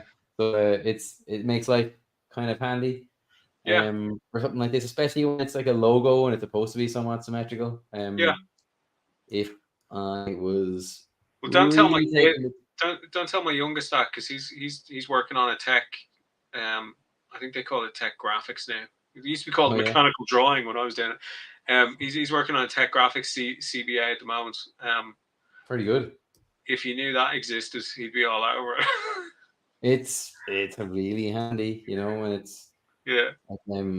Like one thing I was going to say I was going to do this week was do backgrounds and the perspective tools, and I opted not to because the 4th issue will be what I'm covering, and I even think a few of those will be very spoilery. The 4th issue, the odds. Yeah.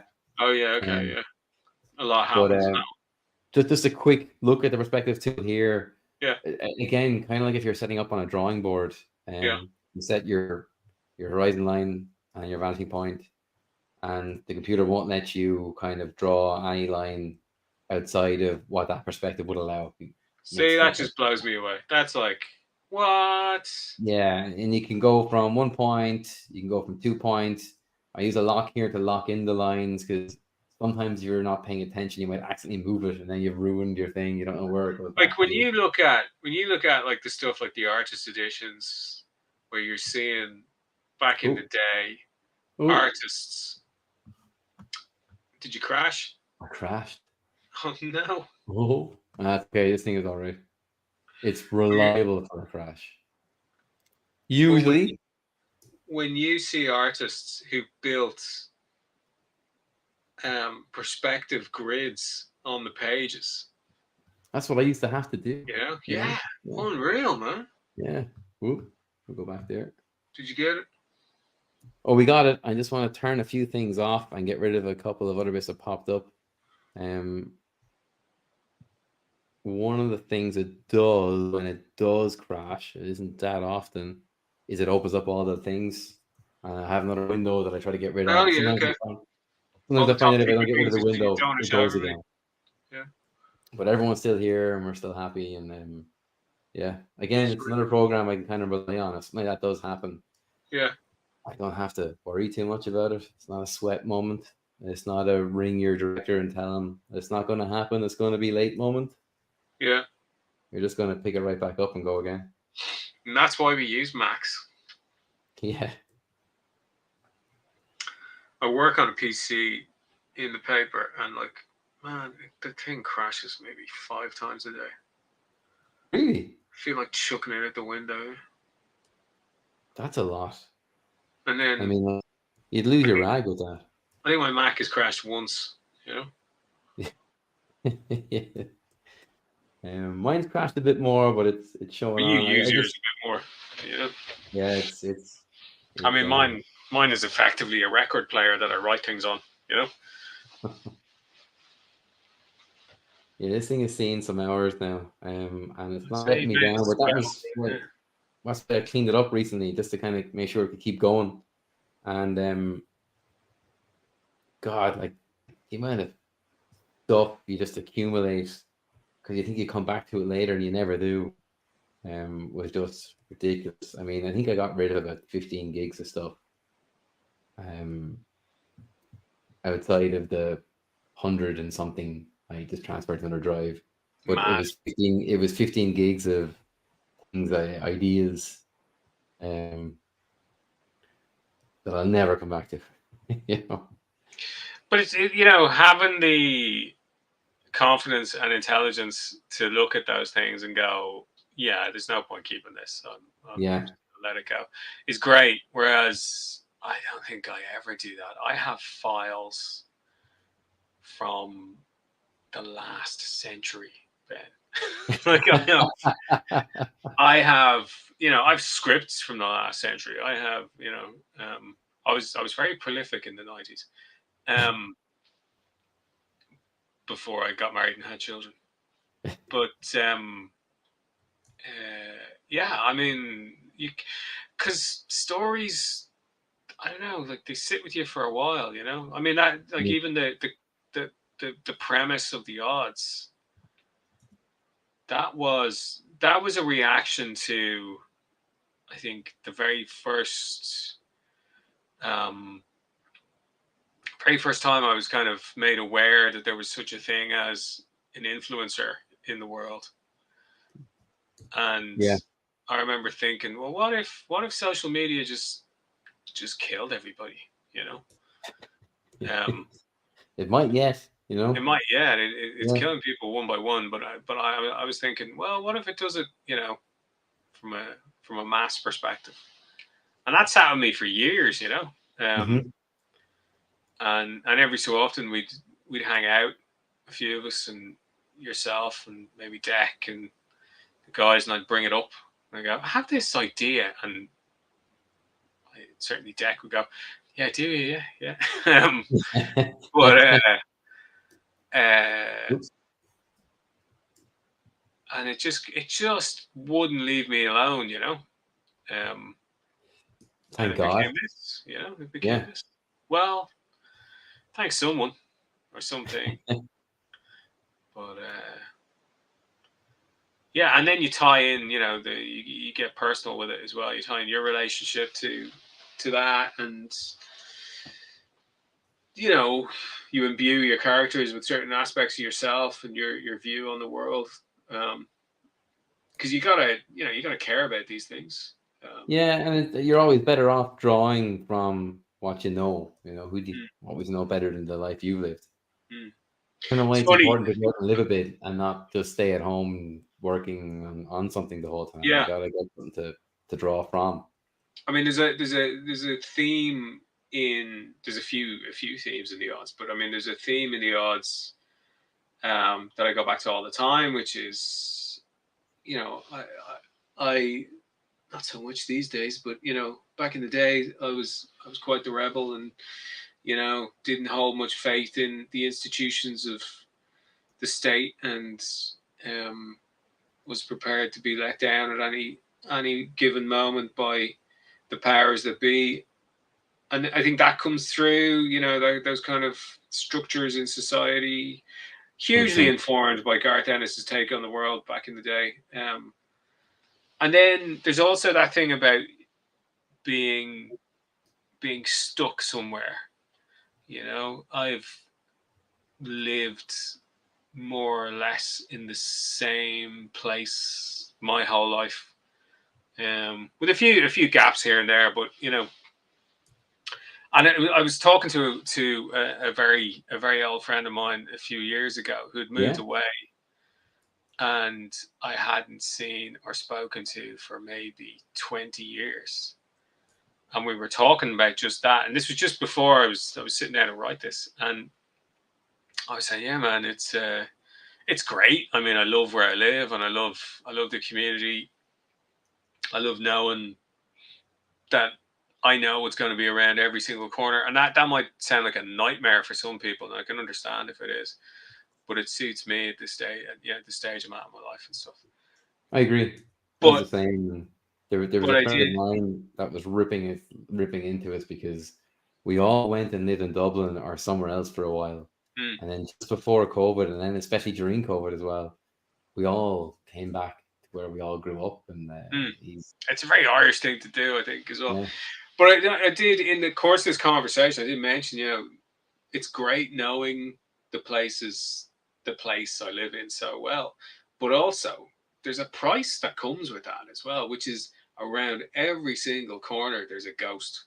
You know, oh like yeah, every street there's a ghost. You know who died on that road. You know who died there. You had a friend who something happened to over there. You know you ex girlfriends over there. You know, there's just yeah, all that history, and you know, and you never get away from that. You know, you never kind of manage to move away from that move old that or version of leave yourself. that behind you. You know, Yeah. because you've got reminders of that on the daily. You know, and there's a bit of that in this. You know, there's Oh, definitely absolutely. Yeah. references to that. You know, so it becomes what starts off as, you know, maybe something that's kind of a gimmick, you know, to set the plot in motion, becomes something really really personal. And I find with everything I write, like if I'm not invested in it personally, it just kind of fades away, you know. And I think,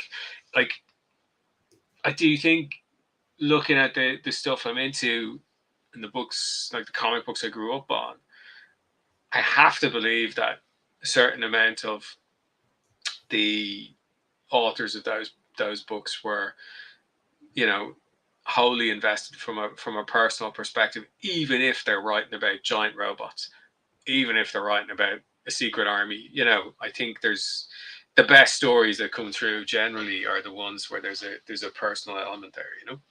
I agree. You know, that's again kind of like what I was talking about earlier on. We were talking about like your scripts. You know, it's not like it's not just a monster of the week type thing.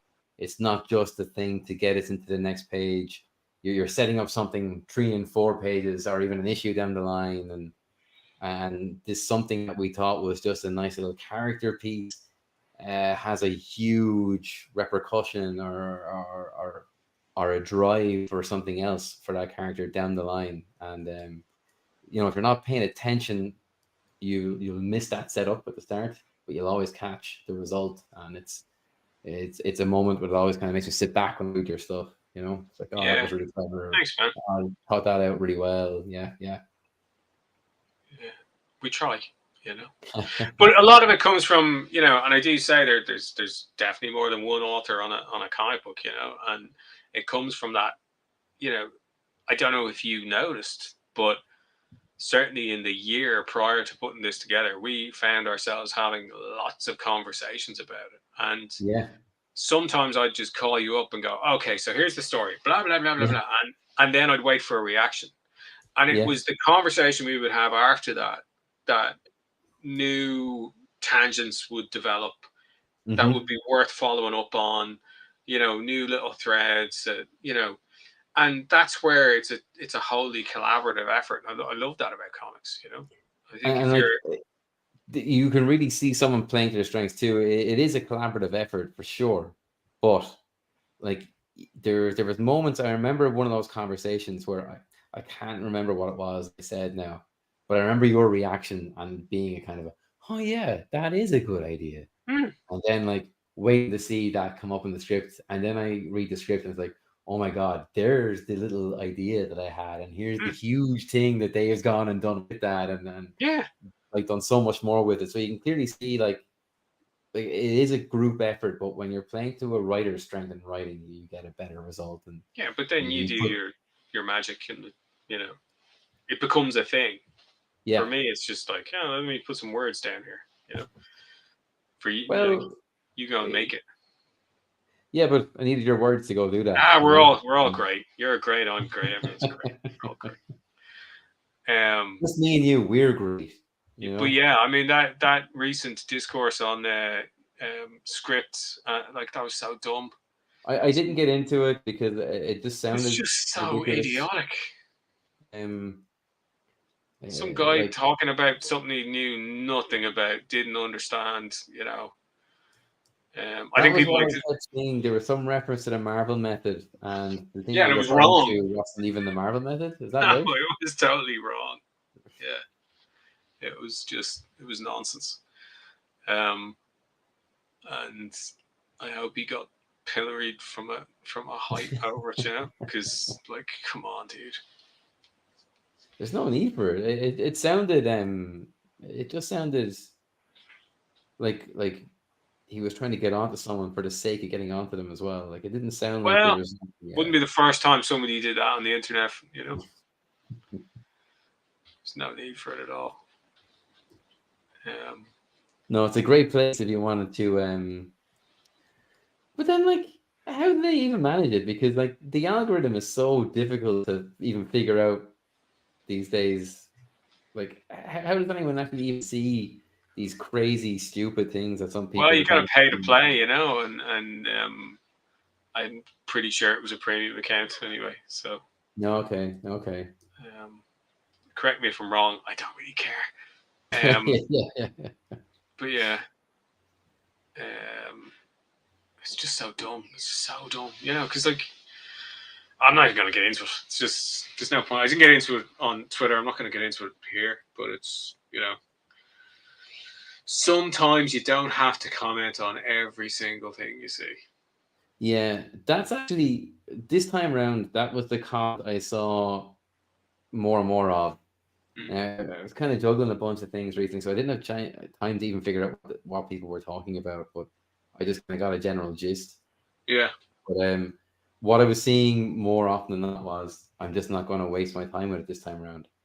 And Yeah. I just felt like you know naked ambition to get as much hate engagement as possible. You know, and yeah, yeah, God, like you know, that's what the algorithm loves, though, isn't it? It loves I don't know, man. I think the algorithm just loves money now, and is Well, I just heard there was a movement for in it hit actually all trying to the make time. people go to pay almost to use Twitter at all. Is Stick that your right? 25 cents in and post some. I don't know. I'm sure he'll try something. That Yeah. crazy cut rate Lex Luthor that he is, you know. Um, I mean, he's definitely more Gene Hackman like Lex Luthor than comic book Lex Luthor, you know. That's true. That's true. Yeah. I didn't like how he showed up in Ahsoka. It's a bit too on the money for me. Is he in Ahsoka? Oh no, I can't even think of the character's name now. There's a character from Clone Wars, the general. What the hell's his name? But they made him look like Elon, and it's called. Really? Yeah, and he's the image Oh, of Elon. oh man, I didn't Yeah, call.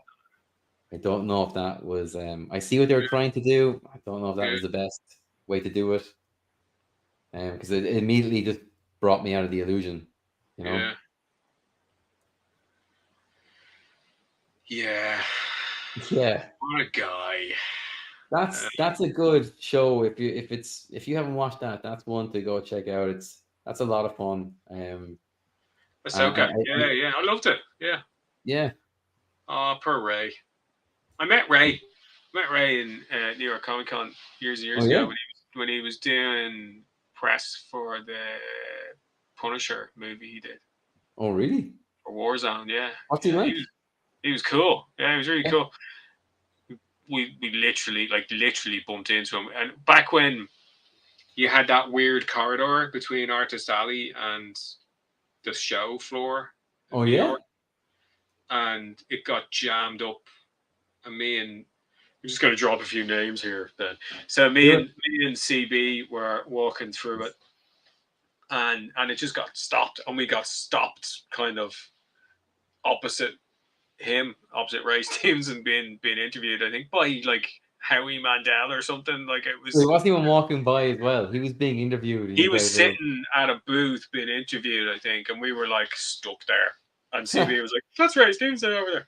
You know, he's the Punisher." I was like, "Oh, cool." You know. And then later on, I bumped into him and I was like, "You're the Punisher." I did not know he was the Punisher. Otherwise, I saw that movie though. I thought that movie was good. I thought I like that movie. Yeah. Warzone was cool. Was that Lexi Alexander who made that?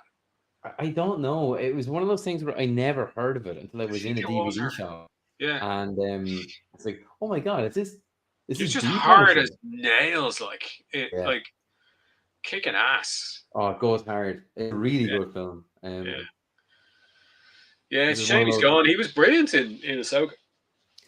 Baylor Skull, wasn't it? Was that the name? I Yeah, think he got from? and Yeah, he had a proper Gennady Tartovsky beard. he sure did. Yeah, It was like it grew like that. Like it was like that kind of. the way he carried himself and everything, though, and It's just he wasn't awesome. quite Jedi, he wasn't quite Sith. Like He was I just think out for that, himself. Yeah. yeah, that was a character I would have loved to have seen more of.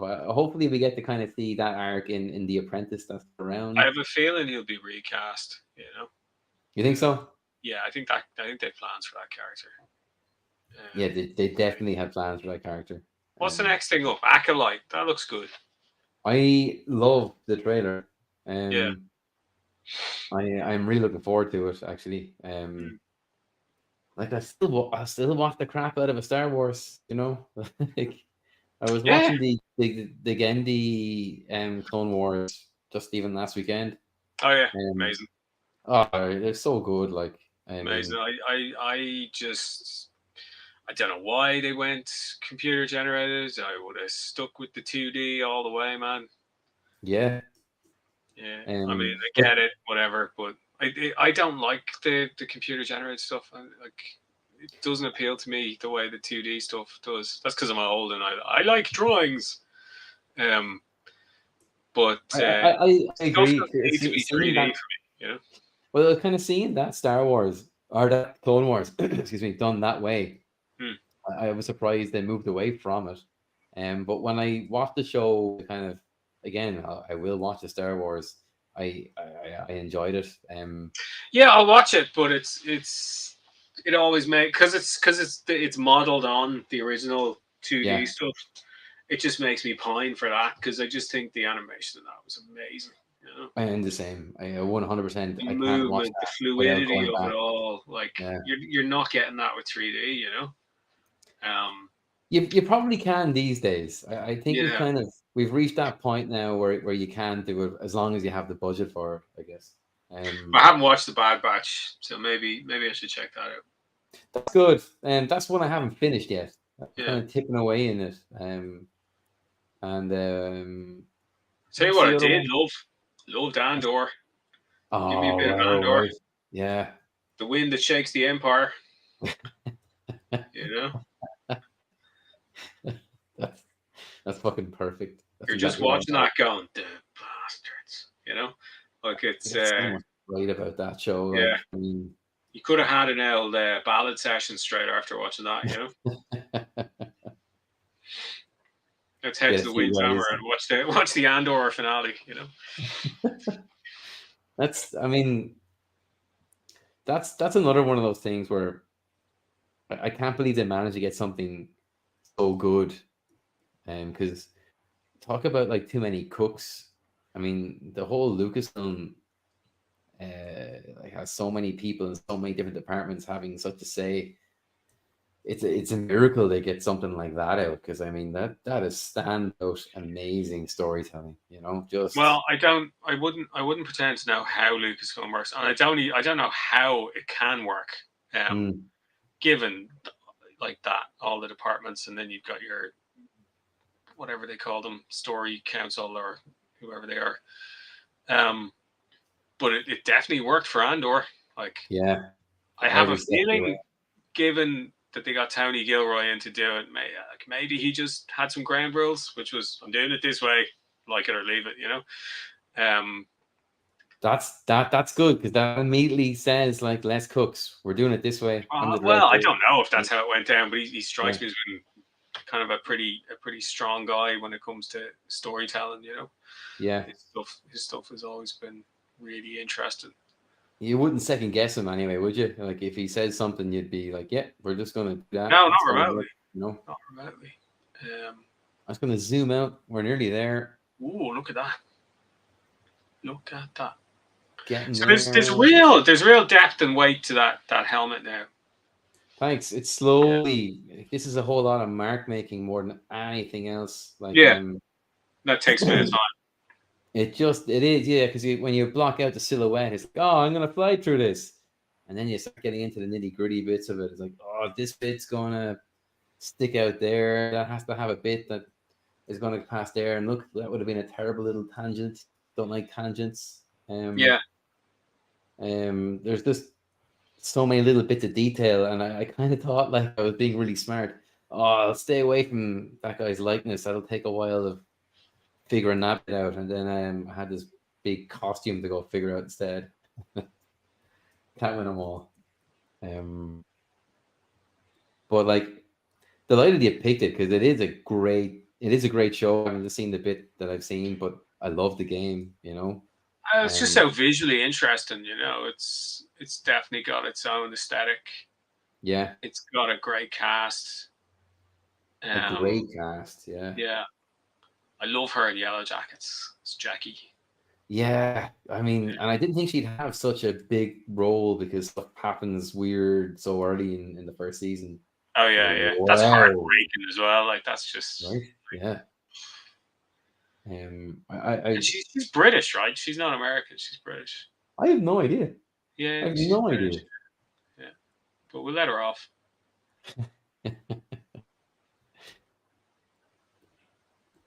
But she's brilliant. I've only seen her in Yellow Jacket and this, but I'm Mm. assuming she's been in loads of stuff. Have you seen her in anything else? What else have I seen her in? I've seen her in something. Did I see her in a horror movie? I'm gonna look her up. I could see her getting cast as a horror movies, having seen Yellow Jacket. You know,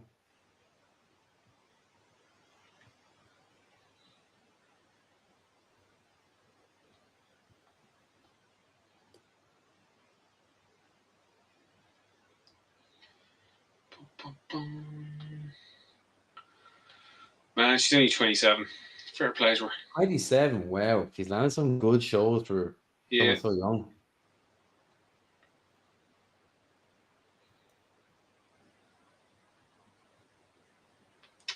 Yeah, look at that tangent. Get out of here, tangent. She was in Army of the Dead.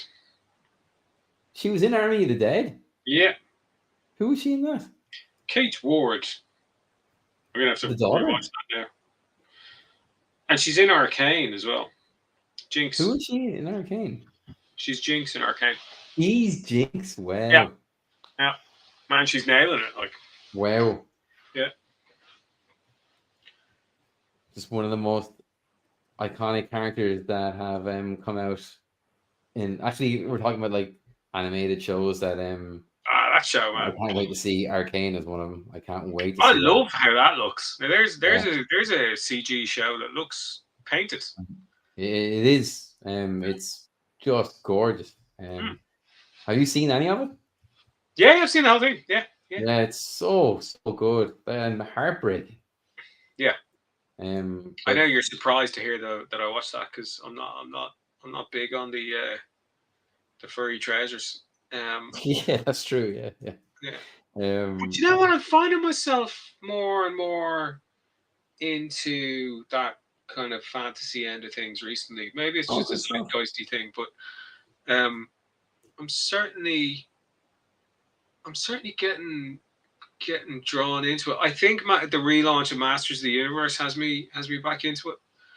Um, That's a good reason to get back into it. All right. yeah, and certainly the new action figures are doing it for me. And just the opportunity to play in those kind of worlds where you can kind of do anything Yeah, because magic breaks all the rules yeah. is great, you know. So that's kind of rattling around my head, and I've been enjoying that kind of stuff a bit more. Read Jim Zub's Conan. So how are you? How are you with like magic systems? Like, are you a fan of Brandon Sanderson stuff, or like you know, his magic systems are quite specific. Nah, like I grew up allergic to Lord of the Rings and stuff like that, you know. Maybe because my older brother was mad into it, mm-hmm.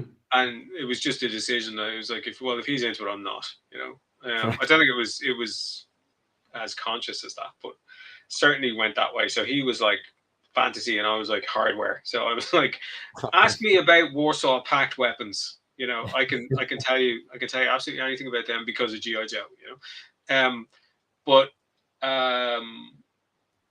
yeah, I mean, I was like everyone else in the '90s. I was reintroduced to Magic via Neil Gaiman Oh yeah, and Alan Moore to an extent, Constantine, Hellblazer, and stuff. And that's kind of where Magic sits for me. It's a tool for characters to use, and it usually bites them in the ass.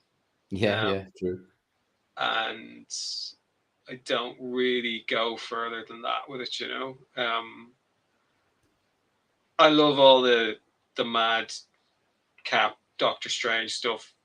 Um, but and I love the monster side of Marvel as well, like the Werewolf by Night and Yeah, Wise I Man just think Thing, of your and name, Stone, a great character. yeah, you know, all that stuff, you know, is cool, but it's not really magic, you know, it's not whatever that is. But like what you're talking about, you know, like magic with serious. So, do you know what I really do love though is Yeah, the take on it by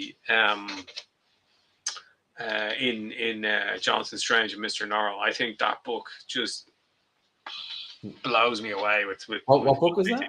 Jonathan Strange and Mr. Norrell. Oh yeah, yeah, yeah, You yeah.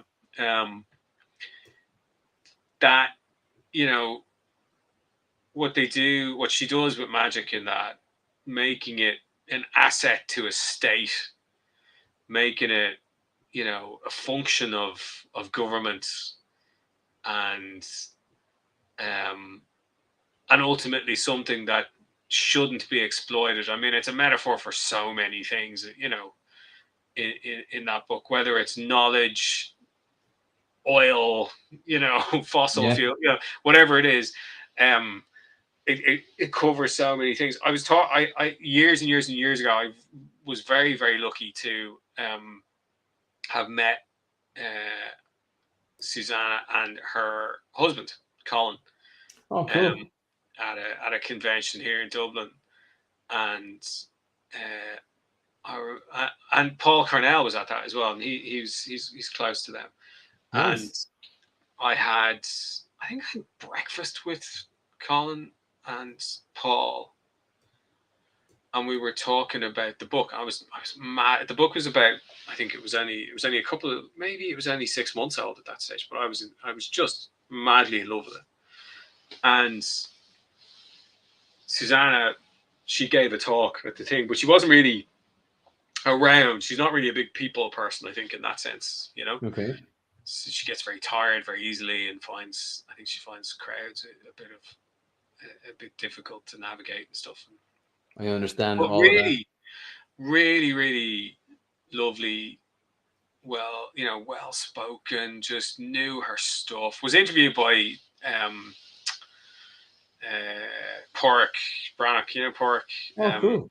Yeah, it was interviewed by him at the show. I think it was a show he put on. I can't remember, but I think it was a show he put on. And anyway, got to hang out with her husband next day. And I'd said to him the day before, we were talking about the book, and I was brought up Catholic. I was very, very aware of those institutions and the history of Christianity in these islands, and Yeah. the fraught history of Christianity in these islands and stuff. And my take on Jonathan Strange and Mr. Norrell was that you've got Norrell, who's the Pope, the medieval Pope, hoarding all the information and all the magic to himself, and can't allow the normal people of the world access to it because he's afraid of what they'll do with it, Yeah. or that they won't respect it. And I was like, man, that's like, it's a metaphor for the Reformation to me. Like, it's you've got Jonathan Strange coming along, being the iconoclast, and saying, well, if it's not used and if it's not put in the hands of the people, then what is it? And Yeah. and it just echoed that whole story to me. And That's cool. Colin was like, "Oh, I have to tell Susanna this." I was like, "Why?" I mean, I'm sure people come up with it for you. He was like, "No, it's not that. It's just that Susanna's father was a vicar." I'm like, "Oh, right, okay." she might have a take there, So what did she make of that then? Well, I never found out, but yeah, Colin certainly got some fun out of it, he's a very, very nice guy, and he's in the Sandman. That's right. Yeah. Yeah. So he's kind of a bit character in the Sandman, which is amazing, Going to get more of that? Do you think? Is that in production at the moment or anything? Or have you I heard think it's anything? in production, isn't it? I think next week we've got the Dead Boy Detectives coming to Netflix. Yeah, who are characters from Sandman universe. I think Death makes an appearance. I haven't even seen the trailer. Like, the Sandman show won me over so much. I'm just going to watch that show. Yeah, I've stayed away from it too for those same reasons. I just want to go in cold. I've read it all, so yeah, I just want to see a take on it and see what they do with it. You gotta love Neil, though. Come on, like, I was about to what say a the same legend. thing. Like, I don't Did you think he see can what he write. wore to the Writers Guild Awards? No, I didn't. What did he wear? He gave an award. He presented an award at the Writers Guild Awards, and he wore the strike T-shirt. Oh, brilliant! Pencil down, motherfuckers. Yeah, fair play to him. Like, he's looking madder and madder these days, and I kind of love that. He's just like, you just know he's out in the wilderness crafting something, Yeah, and then he'd come back with something, and we'll all have our minds blown again. And it will become part of pop culture forever. He's strange in how, like, he has a certain style. I think a Neil Gaiman book and Neil Gaiman story right from the start. But he does tackle a lot of different stuff with those stories. They're not one of them is the same. You couldn't really compare one to the other one. No, I think we haven't seen the best of him adapted yet. Like, I do think Anansi Boys is his best book. Oh yeah, yeah, and that's on the way as an adaptation. I mean, when you think about what he's got in play at the moment, he's Sandman, Good Omens, Anansi Boys, like, Yeah, he's laughing all the way to the bank, isn't What he? did he have, like 4 or 5 seasons of American Gods? And I like, wish there was more of that. I love that show. yeah, it was good. He was well cast in it as well.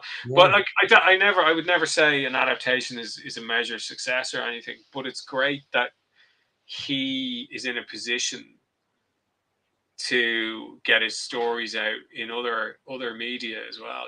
yeah. Um, and isn't particularly precious about that. Not even a little bit. Mm. Like he's just open to playing with it, no matter what way it kind of comes around. And if he likes it, Like he likes it. If even he doesn't, like he doesn't. And the speed at which Coraline was adapted by Leica as well. I mean, it was a book, and then a year or two later, you've got an announcement from Leica, and you've got this great film that followed. I didn't realize it was that quick a turnaround. Yeah, it was It's pretty just quick. Yeah. wow. I thought like It Caroline certainly was just one of those feels like books. Say it again. it certainly feels like it was pretty quick. Um, from the announcement through to the film coming together. See, I just thought like it was a book that I missed that it had been around a while because when the film was announced, my friends were talking about the book as though like they'd grown up on it or something. Well, yeah, maybe they had. Maybe my take on it is wrong, but they, I think it was kind of the first big thing post Sandman. I think, Oh yeah, that would make sense. um, but yeah, and like her, just amazing, Yeah, I mean, just amazing. another They're bunch of being guys that are just doing it all so right. they're being run by an Irishman, Yeah, Dave Burke from County Mayo. friend of yours? Yeah, our paths have crossed. Yeah, he used to run Universal over here. Oh, very good. He's a lovely fella. He's one of the coolest guys you'll ever meet. It's always good to hear that someone like that then has a really cool job. You know. Yeah, and he's got one of the most beautiful dogs you'll ever see. Oh, what kind of dog is it? It's like it's some kind of doodle. Okay, very good. Yeah, it's One of those just doodles. Yeah, just I know what gorgeous you looking. mean. Yeah. So I'm gonna do something here. I usually say don't, but I have a Don't reason for it. I'm going to use the paint bucket tool. I usually try to avoid that. I think you miss out Is that because you on want to put some black in to contrast it, or just because sometimes you just get a dead black. Whereas if you yeah? kind of treat it like it's a page, there's an opportunity to get some texture in. Okay, Um, but like I kind of just want bits of texture here at the start, and then in the middle I want it kind of jet black. So okay, there's going cool. to be kind of scratchy stuff here, and Oh, nice. So you kind of then I build up. think we're done. Yeah, So it fits. And like if I kind of oh too much, too much, too much. much. You took too much, man, too much. Actually, I won't even use it. I'll just take out the brush. I have a thing with the paint bucket, like where unless you've feathered and cross-hatched enough, it just looks awful. You know. Yeah. It just looks really Hey man, I'm plain. from the '90s. I know all about cross hatching. Yeah, yeah, yeah. Still to this day, wish I could cross-hatch like Jim Lee. Yeah, look, I wish I could do most things like Jim Lee, but wish I could cook like Jim Lee. He's such a cool guy. He is. He is Yeah. really nice. Meeting him and then the Tower Towers at that event that you guys Back saw in the was day, yeah, that was Booterstown, awesome. Booterstown, baby. I told you, right? I said I'm going to drop some names here. I told you this story before. Did I? So when we picked him up from the airport, Don't think I've heard this one before. and he's such a nice guy. So he was like, "How many pickups have you got?" And we had about 12 people coming. I was like, "I got a few today, a few tomorrow." And he goes, "Are any of them soon?" And I was like, "Yeah, there's one in about an hour." And he goes, "Well, I don't mind waiting here with you. We'll hang out and wait for the next guys to come in." So I was like, "Oh, cool." I think it was Liam Sharp was coming in. He knew Liam, so he was dying to see him. I was like, Nice. "Grant." So we're sitting around arrivals in Dublin Airport, and he goes, "Oh, Dave, come with me, right?" So Yeah. I'm like, "Okay." So Jim Lee's telling me to do something. I'll go and do something. and we walk across the arrivals hall, and he's like, these three guys, three strange looking characters, and he's like, "Hey guys, how's it going?" I was like, "Oh, Jim." Oh, they knew each other. I was like, "They're all Americans." I don't know what's going on here, and because I'm really uncool and I didn't know what was happening. And from the corner of my eye, I kind of saw somebody freaking out, right? And then it came for us, and I was like, "This kid cannot be a big Jim Lee fan. Like, what's going on here?" And they just kind of straight into one of the guys we were talking to, and they were like, "Oh, hey, yeah, thanks very much. Yeah, okay, cool. Yeah, you're awesome." And then they went, and Jim was talking away, and yeah, no, I'm doing the show, Dave. Hey, comics, yeah, and just talking. Anyway, they were like, "Well, yeah, we're on a night off, so we thought we'd hit Dublin, whatever, blah blah blah." And Jim goes, "Cool, yeah. So we've got a car waiting, so we gotta go." I said, "Okay, bye." And then we're waiting for Liam Sharp, and I was like, "Cool, yeah, those friends of yours." And he goes, "Yeah, they're in a band, My Chemical Romance. Do you know My Chemical Romance?" I'm like, "Oh yeah, sure, yeah, I'm down with the kids." But yeah, here you go. No, I met it all My makes Chemical sense. Romance. I didn't know who they Yeah, were. yeah. Obviously Jerry Blaze, like, and his bro, and the rest of them, they're all legends. And I did listen to them since, and fair play to them. They have a point. But we're done here, yeah. There we are. We're done. This Saturday. is it. So we have Lucy, we have the Ghoul, and we have Titus. So Did you put a little spray in there, a little panic yeah, I splatter? have. So I used to have a little, like a kind of a speckle brush, and they actually have one defaulted in here. So I just kind of Nice. I use it for a little bit of texture. And again, it's great for kind of aged like metal that he has, where it's all kind of Yeah. manufactured Yeah, from nothing old. looks new in this universe, which is great. Yeah. Yeah. Yeah. So I kind of like to just dust it up a little bit like that. Yeah, that's awesome, man. But yeah, there we go. We have the Ghoul. Whoa, mine rotates. There we go. Yeah. Whoa. But I have another texture brush I use like for the hat there, so it's not a jet black, so we're still getting a bit of feel for things. And yeah, that's kind of it. That might be a fun one to color up. I might color that up down the line, not tonight. But yeah, I think there's something in that actually, more than I kind of thought I had initially.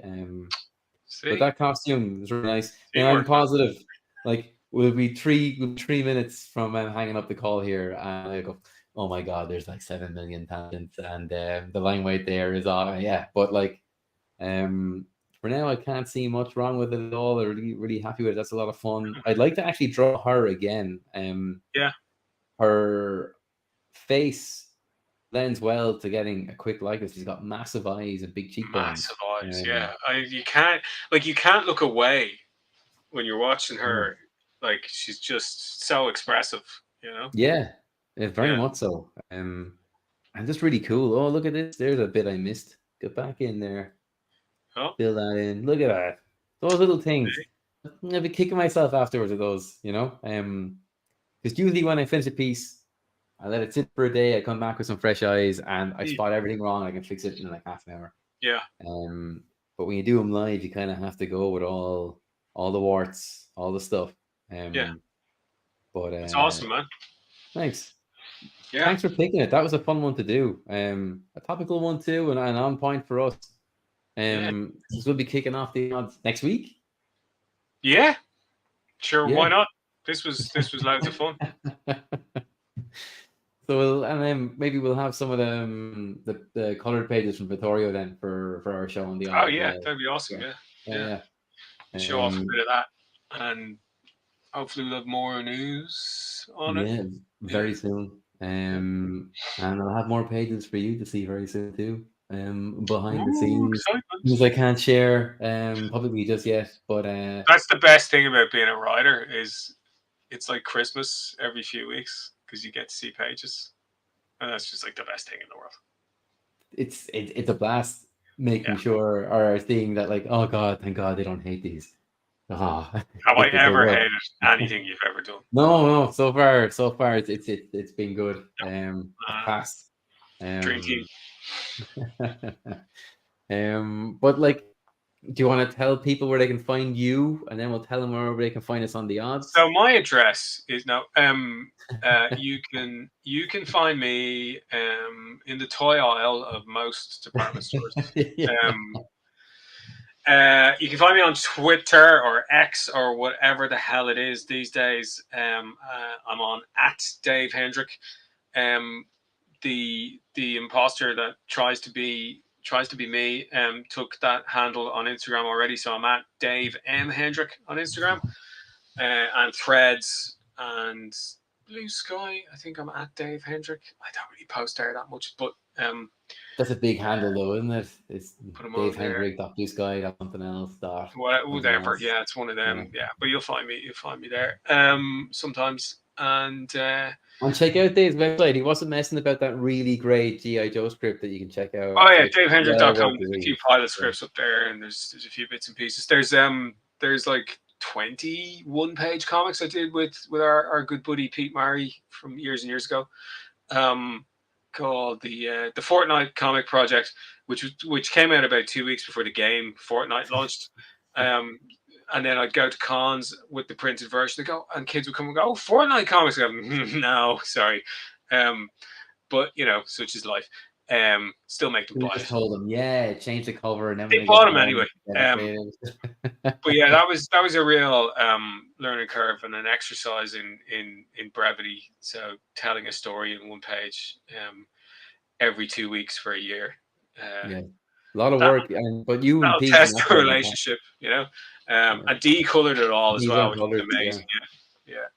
And that's kind of it. Buy if you like stories from medieval Ireland, you can always buy Granuel Queen of Storms in all good bookshops. Even bad ones. It's in bad bookshops as well. I've seen it in a few bad bookshops. And I don't know. That's kind of where I am. Is that where I am? I think that's everywhere I am. Is it? Then, yeah, I think so. I think that's all the stuff. That's all the stuff I follow you on anyway. Apart from I follow you in real life. Oh yeah, well every so often I'll see you sitting 2 seats down on the Lewis. We're right behind you outside your window. Yeah. Just, wrapping on the window. That's kind of it, I think. And then you can find us both at The Odds Pods on Twitter and Instagram. And over the next number of days, we'll have our YouTube account and our Twitch account. You getting our act together. We do have a YouTube account, but I don't think it's live yet. So we just need to, it just needs to be. Just need to fill it with things. Oh, and just check out the podcast wherever you get your podcasts, because we're there. And with huge thanks to our pal Ado Carty for producing that for us. 40, 50 something episodes. 50 episodes, I think, in total. Yeah. So there's plenty there. And if you're a fan of everything apocalyptic, we have everything apocalyptic covered. Especially check out our episode by episode take on The Last of Us. I think that's been. And we have writers, we have artists, we have a monk, we have we have all sorts of guests, and a lot of editors made the show. A lot of editors, directors, every wake of life been there. From every part of production in animation and every part of production in the comics, they've been a guest now. So, and if you've 2 hours to spare and you really like the X-Men, I would encourage you to listen to Jamie Tian's episode on Age of Apocalypse. It's a blast. Where I make tons of continuity errors, but I don't care. It's brilliant. Yeah. It's Jamie was absolutely fantastic on that episode. Yeah, fun guy. And on a note of X-Men, a bit of self promo. I put up an X-Men print today. Oh, I saw this earlier. Yeah. You can find that on my website. Throw it up there, man. This is sexy stuff. You can get it there. There's prints, there's comics, there's commissions, and as I said last couple of weeks, there's Bennessy merch. You can buy T-shirts. I bought a T-shirt. Oh yeah, thanks very much. Yeah, I can't wait for it to arrive. I'll wear it on the Odds Pod. Show us your prints that you put up, your X-Men print. Can you do that? I have to go rooting for it. It'll take. Don't worry about that. Yeah. And I've gone a half an hour over like I usually do. Thanks everyone for staying in Sorry for because keeping you up late. quite a good number of people coming in, and thanks for lasting with me there, Dave, and watching me draw this. Well, I've been fun. working out, you know, so Good. Sure, I tested taking my you. Good, pills. thanks, all right, I'll call it All quits. right, We'll pick it up again next week with the odds, and here as well on Wednesday, usual stuff. See you guys then. Thanks very much. See yous.